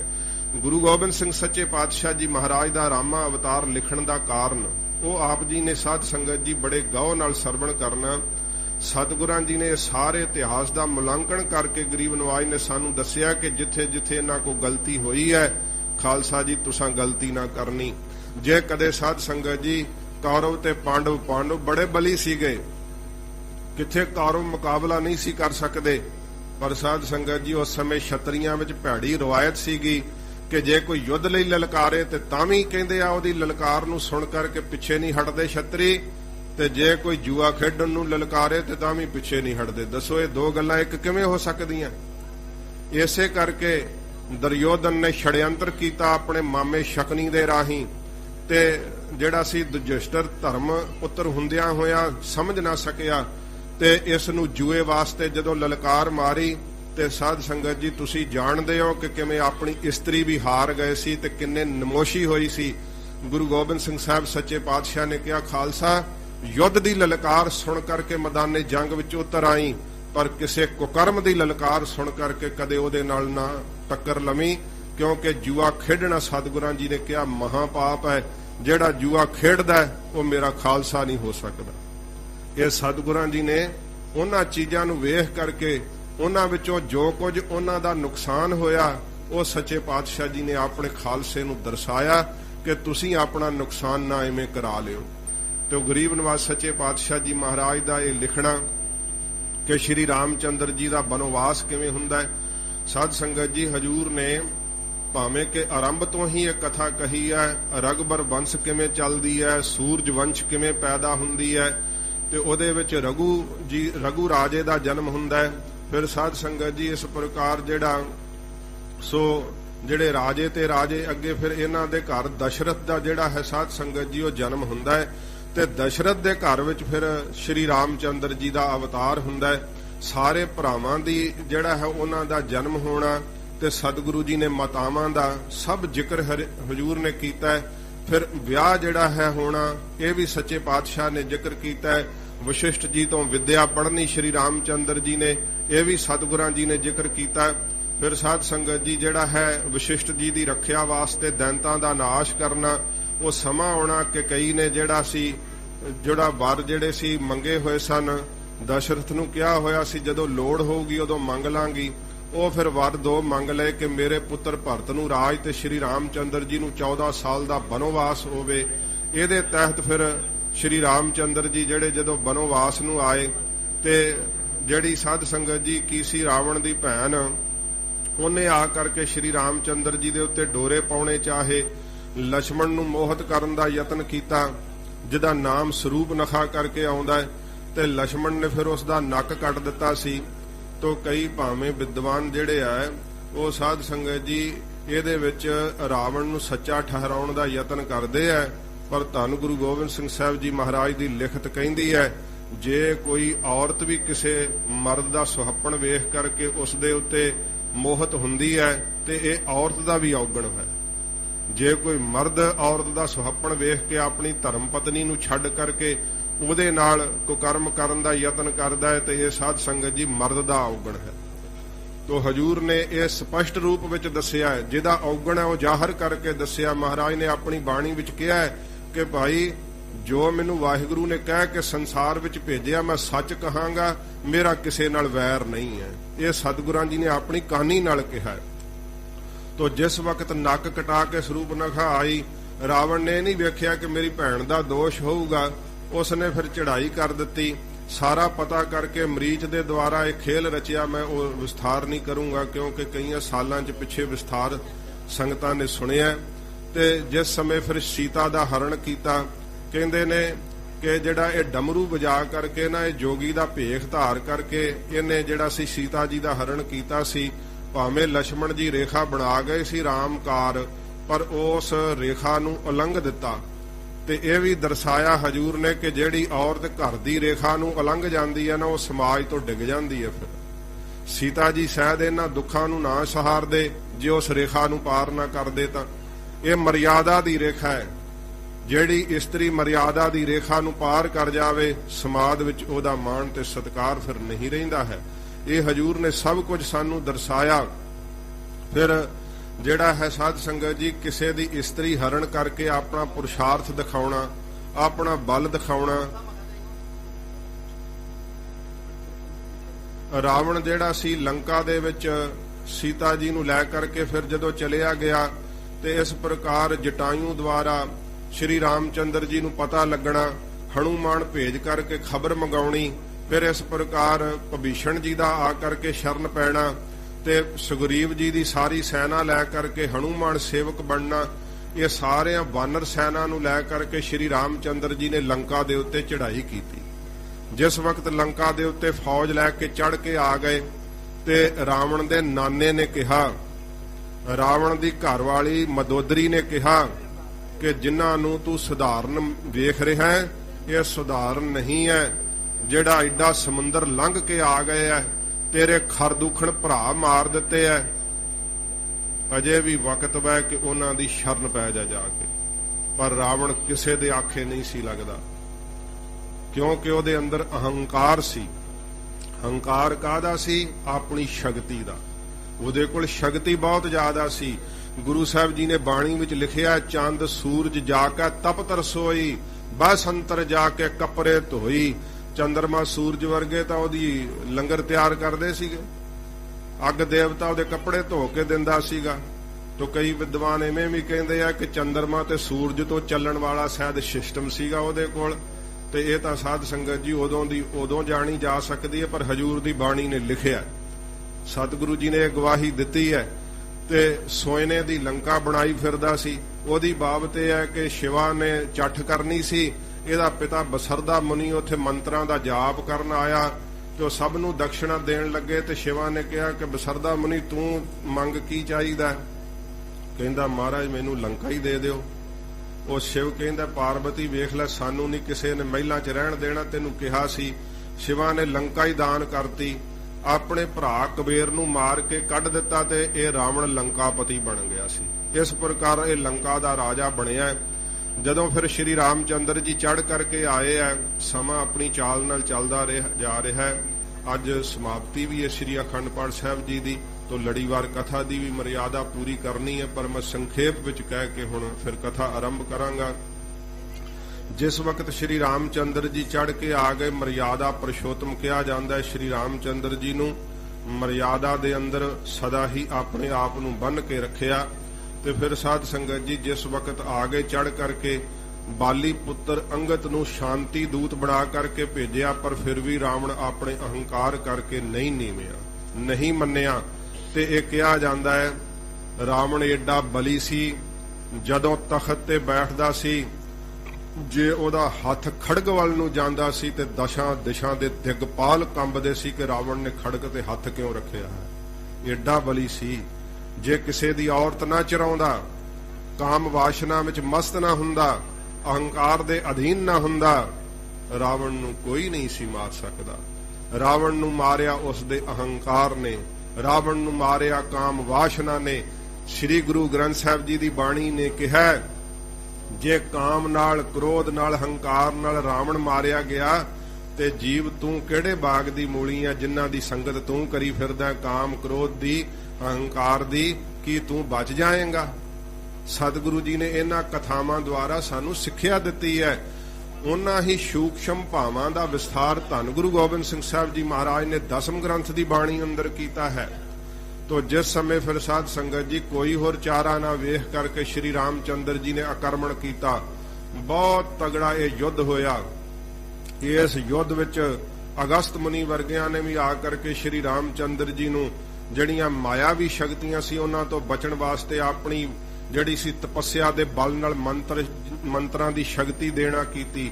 ਸਾਰੀਆਂ ਦੈਵੀ ਸ਼ਕਤੀਆਂ ਨੇ ਸਹਾਇਤਾ ਕੀਤੀ। ਤੇ ਇਸ ਦੇ ਅੰਦਰ ਬਹੁਤ ਸਾਰੇ ਜਿਹੜੇ ਸਿੱਖਿਆਦਾਇਕ ਕਾਰਨ ਹੈ, ਪਰ ਮੈਂ ਇੱਕ ਕਾਰਨ ਦੱਸਾਂਗਾ ਜੋ ਸਤਿਗੁਰਾਂ ਜੀ ਨੇ ਬੜਾ ਵਿਸ਼ੇਸ਼ ਕਿਹਾ। ਜਿਹੜਾ ਮੇਘਨਾਦ ਸੀ ਨਾ, ਇਹਦੀ ਬਰਸ਼ੀ ਲਛਮਣ ਦੇ ਨਹੀਂ ਸੀ ਵੱਜਦੀ, ਕਿਉਂਕਿ ਰੱਖਿਆ ਕਰਨ ਲਈ ਅੱਗੇ ਹਨੂਮਾਨ ਬੱਜਰ ਦੀ ਛਾਤੀ ਕਰਕੇ ਖਲੋ ਜਾਂਦਾ ਸੀ। ਜਦੋਂ ਵੇਖਿਆ ਕਿ ਬਰਸ਼ੀ ਵੱਜਦੀ ਨਹੀਂ, ਫਿਰ ਰਾਵਣ ਨੇ ਕਿਹਾ ਨਾਰਦ ਮੁਨੀ ਨੂੰ ਤਾਂ ਕਿ ਤੂੰ ਸਹਾਇਤਾ ਕਰ। ਤੇ ਜਿਸ ਸਮੇਂ ਫਿਰ ਨਾਰਦ ਮੁਨੀ ਨੂੰ ਵੇਖਿਆ ਨਾ ਹਨੂਮਾਨ ਜੀ ਨੇ, ਤੇ ਉਹ ਕੀਰਤਨ ਕਰਨ ਵਾਲਾ, ਜਸ ਗਾਉਣ ਵਾਲਾ ਦੇਵਤਾ, ਤੇ ਭਾਉ ਭਗਤੀ ਚ ਲਾ ਲਿਆ ਨਾਰਦ ਮੁਨੀ ਨੇ। ਨਾਰਦ ਮੁਨੀ ਨੂੰ ਵੇਖ ਕੇ ਹਨੂਮਾਨ ਜੀ ਡੰਡੌਤ ਕਰਨ ਲੱਗ ਗਏ। ਜਦੋਂ ਡੰਡੌਤ ਕੀਤੀ, ਇੰਨੇ ਚਿਰ ਨੂੰ ਮੇਘਨਾਦ ਨੇ ਬਰਛੀ ਕੱਢ ਮਾਰੀ ਲਛਮਣ ਦੇ। ਫਿਰ ਜਦੋਂ ਲਛਮਣ ਜੀ ਮੂਰਛਤ ਹੁੰਦੇ ਆ, ਸਤਿਗੁਰਾਂ ਜੀ ਨੇ ਉੱਥੇ ਦਰਸਾਇਆ ਕਿ ਖਾਲਸਾ ਜੀ ਮੈਦਾਨੇ ਜੰਗ 'ਚ ਨਹੀਂ ਡੰਡੌਤ ਕਰੀਦੀ, ਕਿਸੇ ਨੂੰ ਫਤਿਹ ਹੀ ਬੁਲਾਉਣੀ ਹੁੰਦੀ ਹੈ। ਜੰਗ ਦੇ ਮੈਦਾਨ ਦੇ ਅੰਦਰ ਤਾਂ ਸ਼ਸਤਰਾਂ ਦੀ ਭਾਸ਼ਾ ਨਾਲ ਸਦਾ ਗੱਲ ਕਰਨੀ, ਉੱਥੇ ਗਿਆਨ ਨਹੀਂ ਦ੍ਰਿੜਾਈ ਦਾ, ਉੱਥੇ ਸ਼ਸਤਰਾਂ ਦੀ ਭਾਸ਼ਾ ਨਾਲ ਹੀ ਪ੍ਰਸ਼ਨ ਤੇ ਉੱਤਰ ਹੁੰਦੇ ਆ। ਇਹ ਸੱਚੇ ਪਾਤਸ਼ਾਹ ਜੀ ਨੇ ਸਿੱਖਿਆਵਾਂ ਸਿਖਾਈਆਂ ਨੇ। ਜੇ ਕੋਈ ਜੰਗ ਕਰਨ ਵਾਸਤੇ ਚੜ੍ਹ ਕੇ ਆ ਜਾਏ ਤੇ ਫਿਰ ਪ੍ਰੇਮ ਦੀਆਂ ਪੋਲੀਆਂ ਗੱਲਾਂ ਕਰੇ, ਇਹ ਵੀ ਜੰਗ ਨੀਤੀ ਦਾ ਇੱਕ ਭੇਦ ਹੁੰਦਾ ਹੈ। ਗੁਰੂ ਸਾਹਿਬ ਦੇ ਉੱਤੇ ਜਿਹੜਾ ਕੋਈ ਚੜ੍ਹ ਕੇ ਆ ਜਾਂਦਾ ਸੀ, ਜਿਵੇਂ ਸਾਧ ਸੰਗਤ ਜੀ ਸਮਾਂ ਤਾਂ ਨਹੀਂ ਮੈਂ ਪਰ ਬੇਨਤੀ ਕਰਾਂ, ਮੁਗਲਸ ਖਾਨ ਚੜ੍ਹ ਕੇ ਆਇਆ ਸੀ। ਜਦੋਂ ਨੇ ਵੇਖ ਲਿਆ ਕਿ ਹੁਣ ਜਿੱਤ ਨਹੀਂ ਹੋ ਰਹੀ, ਗੁਰੂ ਹਰਗੋਬਿੰਦ ਸਾਹਿਬ ਨੂੰ ਚਿੱਠੀ ਲਿਖੀ, ਕਹਿੰਦਾ ਮੇਰੇ ਕੋਲੋਂ ਤੁਸੀਂ ਬਚ ਨਹੀਂ ਸਕਣਾ ਤੇ ਅਜੇ ਵੀ ਵੇਲਾ ਹੈ ਕਿ ਸ਼ਰਨ ਪੈ ਜਾਓ ਤੇ ਮੈਂ ਤੁਹਾਡੀ ਸਹਾਇਤਾ ਕਰੂੰਗਾ, ਨਾਲ ਮੈਂ ਕਹਿ ਕੇ ਬਾਦਸ਼ਾਹ ਤੋਂ ਤੁਹਾਨੂੰ ਮਾਫ ਕਰਾ ਦਿਆਂਗਾ। ਸਤਿਗੁਰਾਂ ਜੀ ਨੇ ਉੱਤਰ ਲਿਖਿਆ, ਮੁਗਲਸ ਖਾਨ ਇਹ ਮੈਦਾਨੇ ਜੰਗ ਹੈ, ਚਿੱਠੀ ਲਿਖਣ ਦਾ ਵਕਤ ਨਹੀਂ ਹੈ। ਇੱਥੇ ਚਿੱਠੀਆਂ ਲਿਖਣ ਦਾ ਥਾਂ ਨਹੀਂ ਹੈ। ਸੱਚੇ ਪਾਤਸ਼ਾਹ ਜੀ ਮਹਾਰਾਜ ਕਹਿੰਦੇ ਜੇ ਸੂਰਬੀਰਾਂ ਤੇ ਸ਼ਸਤਰਾਂ ਦੀ ਭਾਸ਼ਾ ਨਾਲ ਗੱਲ ਕਰ, ਚੜ ਕੇ ਆ ਵੇਖ ਤੈਨੂੰ ਜਵਾਬ ਦੇਵਾਂਗੇ। ਇਹ ਗੁਰੂ ਘਰ ਦੀ ਰਵਾਇਤ ਹੈ। ਜਿੰਨਾ ਚਿਰ ਸਾਡੇ ਨਾਲ ਕੋਈ ਪ੍ਰੇਮ ਕਰਦਾ ਹੈ ਅਸੀਂ ਉਹਦੇ ਤੇ ਦਇਆ ਕਰਦੇ ਹਾਂ, ਤੇ ਪ੍ਰੇਮ ਕਰਨ ਵਾਲੇ ਦਾ ਦੁੱਖ ਦਰਦ ਸਭ ਅਸੀਂ ਆਪਣੇ ਤੇ ਲੈ ਲੈਨੇ ਆ। ਸਿੱਖ ਕੌਮ ਦੀ ਅਜੇ ਵੀ ਰਵਾਇਤ ਹੈ, ਜਿੱਥੇ ਵੀ ਕੋਈ ਦੁਨੀਆ ਤੇ ਕਿਸੇ ਨੂੰ ਤਕਲੀਫ ਹੈ, ਕੋਈ ਹੜ੍ਹ ਆ ਗਿਆ, ਕੋਈ ਮਰੀ ਪੈ ਗਈ ਹੈ, ਉੱਥੇ ਸਿੱਖ ਪਹੁੰਚ ਜਾਂਦੇ ਆ। ਸਤਿਗੁਰਾਂ ਸਾਨੂੰ ਰਵਾਇਤਾਂ ਦਿੱਤੀਆਂ। ਪਰ ਜੇ ਕੋਈ ਸਿੱਖ ਕੌਮ ਦੀ ਪੱਗ ਨੂੰ ਹੱਥ ਪਾ ਲੇ ਤੇ ਫਿਰ ਉਹਦੇ ਅੱਗੇ ਦਇਆ ਨਹੀਂ ਹੈ ਸਿੱਖਾਂ ਕੋਲ। ਫਿਰ ਸਾਧ ਸੰਗਤ ਜੀ ਸਿੱਖਾਂ ਦੇ ਕੋਲ ਵੀਰ ਰਸ ਹੈ ਗੁਰੂ ਸਾਹਿਬ ਦਾ ਬਖਸ਼ਿਆ ਹੋਇਆ। ਜੇ ਕਿਸੇ ਦੀ ਅਣਖ ਤੇ ਗੈਰਤ ਨੂੰ ਰੱਖ ਸਕਦੇ ਆ, ਇਹ ਆਪਣੀ ਵੀ ਅਣਖ ਤੇ ਗੈਰਤ ਨੂੰ ਬਚਾਉਣ ਵਾਸਤੇ ਆਪਣੀ ਸ਼ਹਾਦਤ ਵੀ ਦੇ ਸਕਦੇ ਆ। ਪਰ ਅਫਸੋਸ ਹੈ ਅਸੀਂ ਸਤਿਗੁਰਾਂ ਦੀਆਂ ਰਵਾਇਤਾਂ ਨੂੰ ਭੁੱਲਦੇ ਜਾ ਰਹੇ। ਜੋ ਗੁਰੂ ਸਾਹਿਬ ਸਾਨੂੰ ਸਿੱਖਿਆ ਸਿਖਾਈਆਂ ਉਹਨਾਂ ਤੋਂ ਦੂਰ ਜਾ ਰਹੇ ਆ। ਤੋ ਸਾਧ ਸੰਗਤ ਜੀ ਇਹ ਯੁੱਧ ਦਾ ਹੋਣਾ, ਮੇਘਨਾਦ ਵਰਗਿਆਂ ਦਾ ਮਾਰੇ ਜਾਣਾ, ਰਾਵਣ ਦੇ ਸਾਰੇ ਪੁੱਤਰ। ਤੋ ਇਸ ਪ੍ਰਕਾਰ ਸਾਧ ਸੰਗਤ ਜੀ 1 ਲੱਖ ਪੂਤ 1.25 ਲੱਖ ਨਾਤੀ, ਤੇ ਰਾਵਣ ਘਰ ਦੀਆ ਨਾ ਬਾਤੀ, ਨਾ ਦੀਵਾ ਜਗਾਉਣ ਵਾਲਾ ਕੋਈ ਰਹਿ ਗਿਆ। ਰਾਵਣ ਅਖੀਰ ਮਾਰਿਆ ਗਿਆ ਭਵਿੱਖਣ ਦੇ ਦੱਛਣ ਤੇ। ਇਹਦੀ ਨਾਭੀ ਵਿੱਚ ਤੀਰ ਮਾਰਿਆ ਜਿਸ ਵਕਤ 10 ਸਿਰ ਸੀਗੇ ਇਹਦੇ। ਕਈ ਇਹ ਵੀ ਸ਼ੰਕਾ ਕਰਦੇ, ਹੁਣ ਮੈਂ ਸਮਾਂ ਨਹੀਂ ਇਹਦਾ ਕਿ ਜਵਾਬ ਦਿਆਂ, ਪਰ ਸਤਿਗੁਰੂ ਜੀ ਦੀ ਬਾਣੀ ਕਹਿੰਦੀ ਆ ਰੋਵੈ 10 ਸਿਰ ਲੰਕ ਗਵਾਏ। 10 ਸਿਰ ਸੀਗੇ ਉਹਦੇ, 10 ਸਿਰਾਂ ਜਿੰਨਾ ਦਿਮਾਗ ਨਹੀਂ ਸੀਗਾ। ਜੇ ਅੱਜ ਦੇ ਪੜ੍ਹੇ ਲਿਖੇ ਕਹਿੰਦੇ 10 ਸਿਰ ਨਹੀਂ ਸੀਗੇ, 10 ਸਿਰਾਂ ਜਿੰਨਾ ਦਿਮਾਗ ਸੀ। ਫਿਰ ਹਜੂਰ ਨੂੰ ਇਹ ਲਿਖਣਾ ਚਾਹੀਦਾ ਸੀ ਨਾ ਕਿ 10 ਸਿਰਾਂ ਜਿੰਨਾ ਉਹਦਾ ਦਿਮਾਗ ਆ। ਸਿੱਖੋ 10 ਸਿਰ ਨਹੀਂ, ਮਹਾਰਾਜ ਦੀ ਬਾਣੀ ਨੇ ਕਿਹਾ ਰੋਵੈ 10 ਸਿਰ ਲੰਕ ਗਵਾਏ। 10 ਸਿਰਾਂ ਵਾਲਾ ਰਾਵਣ ਭਾਵੇਂ 10 ਸਿਰ ਸੀਗੇ, ਐਡਾ ਬਲੀ ਸੀਗਾ, ਫਿਰ ਵੀ ਮਾਰਿਆ ਗਿਆ। ਤੇ ਹਜੂਰ ਨੇ ਇਹ ਸ਼ਬਦ ਕਹੇ ਆ ਬਾਣੀ ਦੇ ਅੰਦਰ, ਉਹ ਇਸ ਕਰਕੇ ਕਹੇ ਆ ਲੰਕਾ ਗੱਡ ਸੋਇਨੇ ਕਾ ਭਇਆ। ਇਹ ਮਹਾਰਾਜ ਸ਼ਬਦ ਕਹੇ ਆ, ਇਹਦਾ ਤਾਤਪਰਜ ਹੈ ਮੂਰਖ ਰਾਵਣ ਕਿਆ ਲੈ ਗਿਆ। ਬ੍ਰਾਹਮਣ ਸੀਗਾ ਨਾ ਇਹ, ਤੇ ਜਦੋਂ ਮਰਿਆ ਨਾ ਬ੍ਰਾਹਮਣ ਮਰਨ ਲੱਗਿਆ ਮੂੰਹ ਵਿੱਚ 4 ਰਤੀਆਂ ਸੋਨਾ ਪਾ ਕੇ ਸਾਧ ਸੰਗਤ ਜੀ ਅੰਤਮ ਕਿਰਿਆ ਕਰਦੇ ਆ। ਤੇ ਮਦੋਦਰੀ ਦੀ ਘਰਵਾਲੀ ਸ਼੍ਰੀ ਰਾਮਚੰਦਰ ਜੀ ਦੀ ਸ਼ਰਨ ਵਿੱਚ ਆਈ, ਕਹਿਣ ਲੱਗੀ ਮਹਾਰਾਜ ਮੇਰੇ ਪਤੀ ਰਾਵਣ ਦੀ ਅੰਤਮ ਕਿਰਿਆ ਕਰਨੀ ਹੈ, 4 ਰਤੀਆਂ ਸੋਨਾ ਤਾਂ ਦੇ ਦਿਓ। ਸ਼੍ਰੀ ਰਾਮਚੰਦਰ ਜੀ ਕਹਿਣ ਲੱਗੇ ਆ ਮਦੋਦਰੀ ਜੇ ਮੇਰੇ ਕੋਲ ਸੋਨਾ ਹੁੰਦਾ ਤਾਂ ਮੈਂ ਜ਼ਰੂਰ ਦੇ ਦਿੰਦਾ। ਮੈਂ ਰਾਜ ਤਿਲਕ ਲੰਕਾ ਦਾ ਵਿਭੀਸ਼ਣ ਨੂੰ ਕਰ ਚੁੱਕਿਆ, ਇਸ ਕਰਕੇ ਵਿਭੀਸ਼ਣ ਜੀ ਦੇ ਕੋਲੋਂ ਹੀ ਤੈਨੂੰ ਸੋਨਾ ਮੰਗਣਾ ਪਵੇਗਾ। ਤੇ ਵਿਭੀਸ਼ਣ ਕੋਲੋਂ ਸ਼ਰੀਕ ਜਾਣ ਕਰਕੇ ਮਦੋਦਰੀ ਨੇ ਨਾ ਮੰਗਿਆ। 4 ਰਤੀਆਂ ਸੋਨਾ ਵੀ ਮੂੰਹ ਵਿੱਚ ਪਾਉਣ ਨੂੰ ਨਸੀਬ ਨਾ ਹੋਇਆ ਰਾਵਣ ਨੂੰ, ਜਿਹਦੀ ਸੋਨੇ ਦੀ ਲੰਕਾ ਸੀ, ਸੋਨੇ ਦੀਆਂ ਕੰਧਾਂ ਸੀ। ਉਸ ਰਾਵਣ ਨੂੰ ਅੰਤ ਨੂੰ ਮੂੰਹ ਚ ਪਾਉਣ ਲਈ 4 ਰਤੀਆਂ ਸੋਨਾ ਨਹੀਂ ਮਿਲਿਆ। ਅੰਤਮ ਕਿਰਿਆ ਵੀ ਸਾਧ ਸੰਗਤ ਜੀ ਜਿਹੜੀ ਉਹ ਨਾ ਢੰਗ ਸਿਰ ਧਰਮ ਦੇ ਅਨੁਸਾਰ ਨਾ ਹੋਈ। ਸਤਿਗੁਰੂ ਜੀ ਨੇ ਸਾਨੂੰ ਸਿੱਖਿਆ ਸਿਖਾਈ ਹੈ ਐਡੇ ਵੱਡੇ ਮਾਇਆ ਦੇ ਜ਼ਖੀਰੇ ਮਰਨ ਲੱਗਿਆ ਕਿਸੇ ਕੰਮ ਨਹੀਂ ਆਉਂਦੇ। ਜੇ ਰਾਵਣ ਲੈ ਗਿਆ ਸੀ ਤੇ ਫਿਰ ਤੂੰ ਵੀ ਸੋਚ ਲੈ ਜਾਏਗਾ। ਜੇ ਰਾਵਣ ਨਹੀਂ ਲਿਜਾ ਸਕਿਆ ਤੇ ਇਥੋਂ ਕਿਸੇ ਕੁਝ ਨਹੀਂ ਖੜਿਆ। ਇਸ ਕਰਕੇ ਆਪਣੇ ਜੀਵਨ ਅੰਦਰ ਧਰਮ ਨੂੰ ਕਮਾਉਣਾ ਚਾਹੀਦਾ ਤੇ ਗੁਰੂ ਕੀ ਸਿੱਖਿਆ ਨੂੰ ਕਮਾਉਣਾ ਚਾਹੀਦਾ। ਇਹ ਸਤਿਗੁਰਾਂ ਸਾਨੂੰ ਸਿੱਖਿਆਵਾਂ ਸਿਖਾਈਆਂ ਨੇ। ਅੱਜ ਦੁਸ਼ਹਿਰੇ ਦਾ ਪੁਰਬ ਹੋਣ ਕਰਕੇ ਸਾਧ ਸੰਗਤ ਜੀ ਇੰਨੀ ਕੁ ਬੇਨਤੀ ਕੀਤੀ ਹੈ। ਤੇ ਪੁਰਾਣਕ ਮਤਾਂ ਅਨੁਸਾਰ ਸ਼੍ਰੀ ਰਾਮਚੰਦਰ ਜੀ ਦੇ ਅਵਤਾਰ ਹੋਣ ਦੇ ਕਾਰਨ ਦੀਵਾਲੀ ਦਾ ਪੁਰਬ ਆਉਣਾ ਹੈ। ਉਦੋਂ ਆਪਾਂ ਇਹ ਸਾਧ ਸੰਗਤ ਜੀ ਸ਼ੇਸ਼ ਕਥਾ ਸੰਪੂਰਨ ਕਰ ਲਵਾਂਗੇ। ਅੱਜ ਜੋ ਸਤਿਗੁਰੂ ਪਾਤਸ਼ਾਹ ਜੀ ਮਹਾਰਾਜ ਬਖਸ਼ਿਸ਼ ਕੀਤੀ ਹੈ, ਦੁਸ਼ਹਿਰੇ ਦਾ ਪੁਰਬ ਹੋਣ ਕਰਕੇ ਪੰਥ ਕਿਉਂ ਮਨਾਉਂਦਾ ਹੈ, ਹਜੂਰ ਸਾਹਿਬ ਕਿਉਂ ਮਨਾਇਆ ਜਾਂਦਾ ਹੈ, ਕਿਉਂ ਮਹੱਲੇ ਕੱਢੇ ਜਾਂਦੇ ਆ, ਕਿਉਂ 9 ਰਾਤਾਂ ਸਤਿਗੁਰੂ ਜੀ ਦੀ ਬੀਰ ਰਸੀ ਬਾਣੀ ਦਾ ਜਾਪ ਹੁੰਦਾ, ਸ਼ਸਤਰ ਪੂਜਨ ਹੁੰਦਾ। ਤੇ ਸੱਚੇ ਪਾਤਸ਼ਾਹ ਜੀ ਦੇ ਸ਼ਸਤਰ ਜਿਹੜੇ ਆ ਉਹ ਸਾਧ ਸੰਗਤ ਜੀ ਉਹਨਾਂ ਨੂੰ ਵਿਸ਼ੇਸ਼ ਕਰਕੇ ਅੱਜ ਦੇ ਦਿਨ ਪੂਜਨ ਕੀਤਾ ਜਾਂਦਾ ਹੈ। ਆਪ ਦਰਸ਼ਨ ਕਰ ਸਕੋਗੇ। ਤੋ ਇਹ ਕਾਰਨ ਆਪ ਜੀ ਨੇ ਸਰਵਣ ਕੀਤੇ ਹੈ। ਜੇ ਕੋਈ ਪੁੱਛੇ ਤਾਂ ਜ਼ਰੂਰ ਦੱਸਣਾ ਕਿ ਹਜੂਰ ਸਾਹਿਬ ਦੁਸ਼ਹਿਰਾ ਕਿਉਂ ਮਨਾਇਆ ਜਾਂਦਾ ਹੈ। ਸੱਚੇ ਪਾਤਸ਼ਾਹ ਜੀ ਮਹਾਰਾਜ ਕਿਰਪਾ ਕਰਨ ਹੋਰ ਵੀ ਵੱਧ ਗਿਣਤੀ ਵਿੱਚ ਆ ਕਰਕੇ ਸਤਿਗੁਰਾਂ ਦੇ ਦਰਬਾਰ ਵਿੱਚ ਹਾਜ਼ਰੀਆਂ ਭਰ ਕੇ ਗੁਰੂ 10ਵੇਂ ਪਾਤਸ਼ਾਹ ਦੀਆਂ ਖੁਸ਼ੀਆਂ ਲੈਣੀਆਂ ਚਾਹੀਦੀਆਂ। ਦੁਸ਼ਹਿਰੇ ਦੇ ਪੁਰਬ ਤੇ ਵਿਸ਼ੇਸ਼ ਕਰਕੇ ਇਕੱਤਰ ਹੋ ਕਰਕੇ ਜਿਵੇਂ ਸਤਿਗੁਰੂ ਜੀ ਉਸ ਸਮੇਂ ਦੀਵਾਨ ਲਾਇਆ ਕਰਦੇ, ਅੱਜ ਵੀ ਗਰੀਬ ਨਵਾਜ ਹਾਜ਼ਰ ਨਾਜ਼ਰ ਨੇ ਪੰਥ ਦੇ ਅੰਦਰ ਵਰਤਦੇ ਆ। ਜਿਹੜੇ ਸ਼ਰਧਾ ਭਾਵਨਾ ਨਾਲ ਸਤਿਗੁਰਾਂ ਜੀ ਦੇ ਸਥਾਨ ਤਖਤ ਨੂੰ ਪਰਸਣ ਲਈ ਆਉਂਦੇ ਆ, ਮਹਾਰਾਜ ਉਹਨਾਂ ਨੂੰ ਆਪਣੀ ਛੋਹ ਅੱਜ ਵੀ ਬਖਸ਼ਿਸ਼ ਕਰਦੇ ਆ। ਗਰੀਬ ਨਵਾਜ ਸਤਿਗੁਰੂ ਜੀ ਰਹਿਮਤ ਕਰਨ। ਸਤਿਗੁਰੂ ਜੀ ਦਾ ਦਿੱਤਾ ਹੋਇਆ ਉਪਦੇਸ਼ ਸ਼ਸਤਰ ਤੇ ਬਾਣੀ ਇਹ ਸੋਮੇ ਸਾਡੀ ਜ਼ਿੰਦਗੀ ਦੇ ਅੰਦਰ ਸਾਡੀ ਜ਼ਿੰਦਗੀ ਨੂੰ ਰੁਸ਼ਨਾ ਸਕਣ, ਸਤਿਗੁਰਾਂ ਜੀ ਦੀ ਸਿੱਖਿਆ ਨੂੰ ਲੈ ਕਰਕੇ ਆਪਣੇ ਜੀਵਨ ਨੂੰ ਸੁਚੱਜਾ ਬਣਾ ਸਕੀਏ। ਇਹੀ ਇਹਨਾਂ ਪੁਰਬਾਂ ਤੋਂ ਸਿੱਖਿਆ ਲੈ ਕਰਕੇ ਜਾਈਦੀ ਹੈ। ਸਿੱਖ ਵਿਰੋਧੀ ਤਾਕਤਾਂ ਤੁਹਾਨੂੰ ਤੁਹਾਡੇ ਸਥਾਨਾਂ ਨਾਲੋਂ ਤੋੜਨੀਆਂ ਚਾਹੁੰਦੀਆਂ ਨੇ, ਤਖਤਾਂ ਨਾਲੋਂ ਤੋੜ ਕੇ ਬਾਣੀ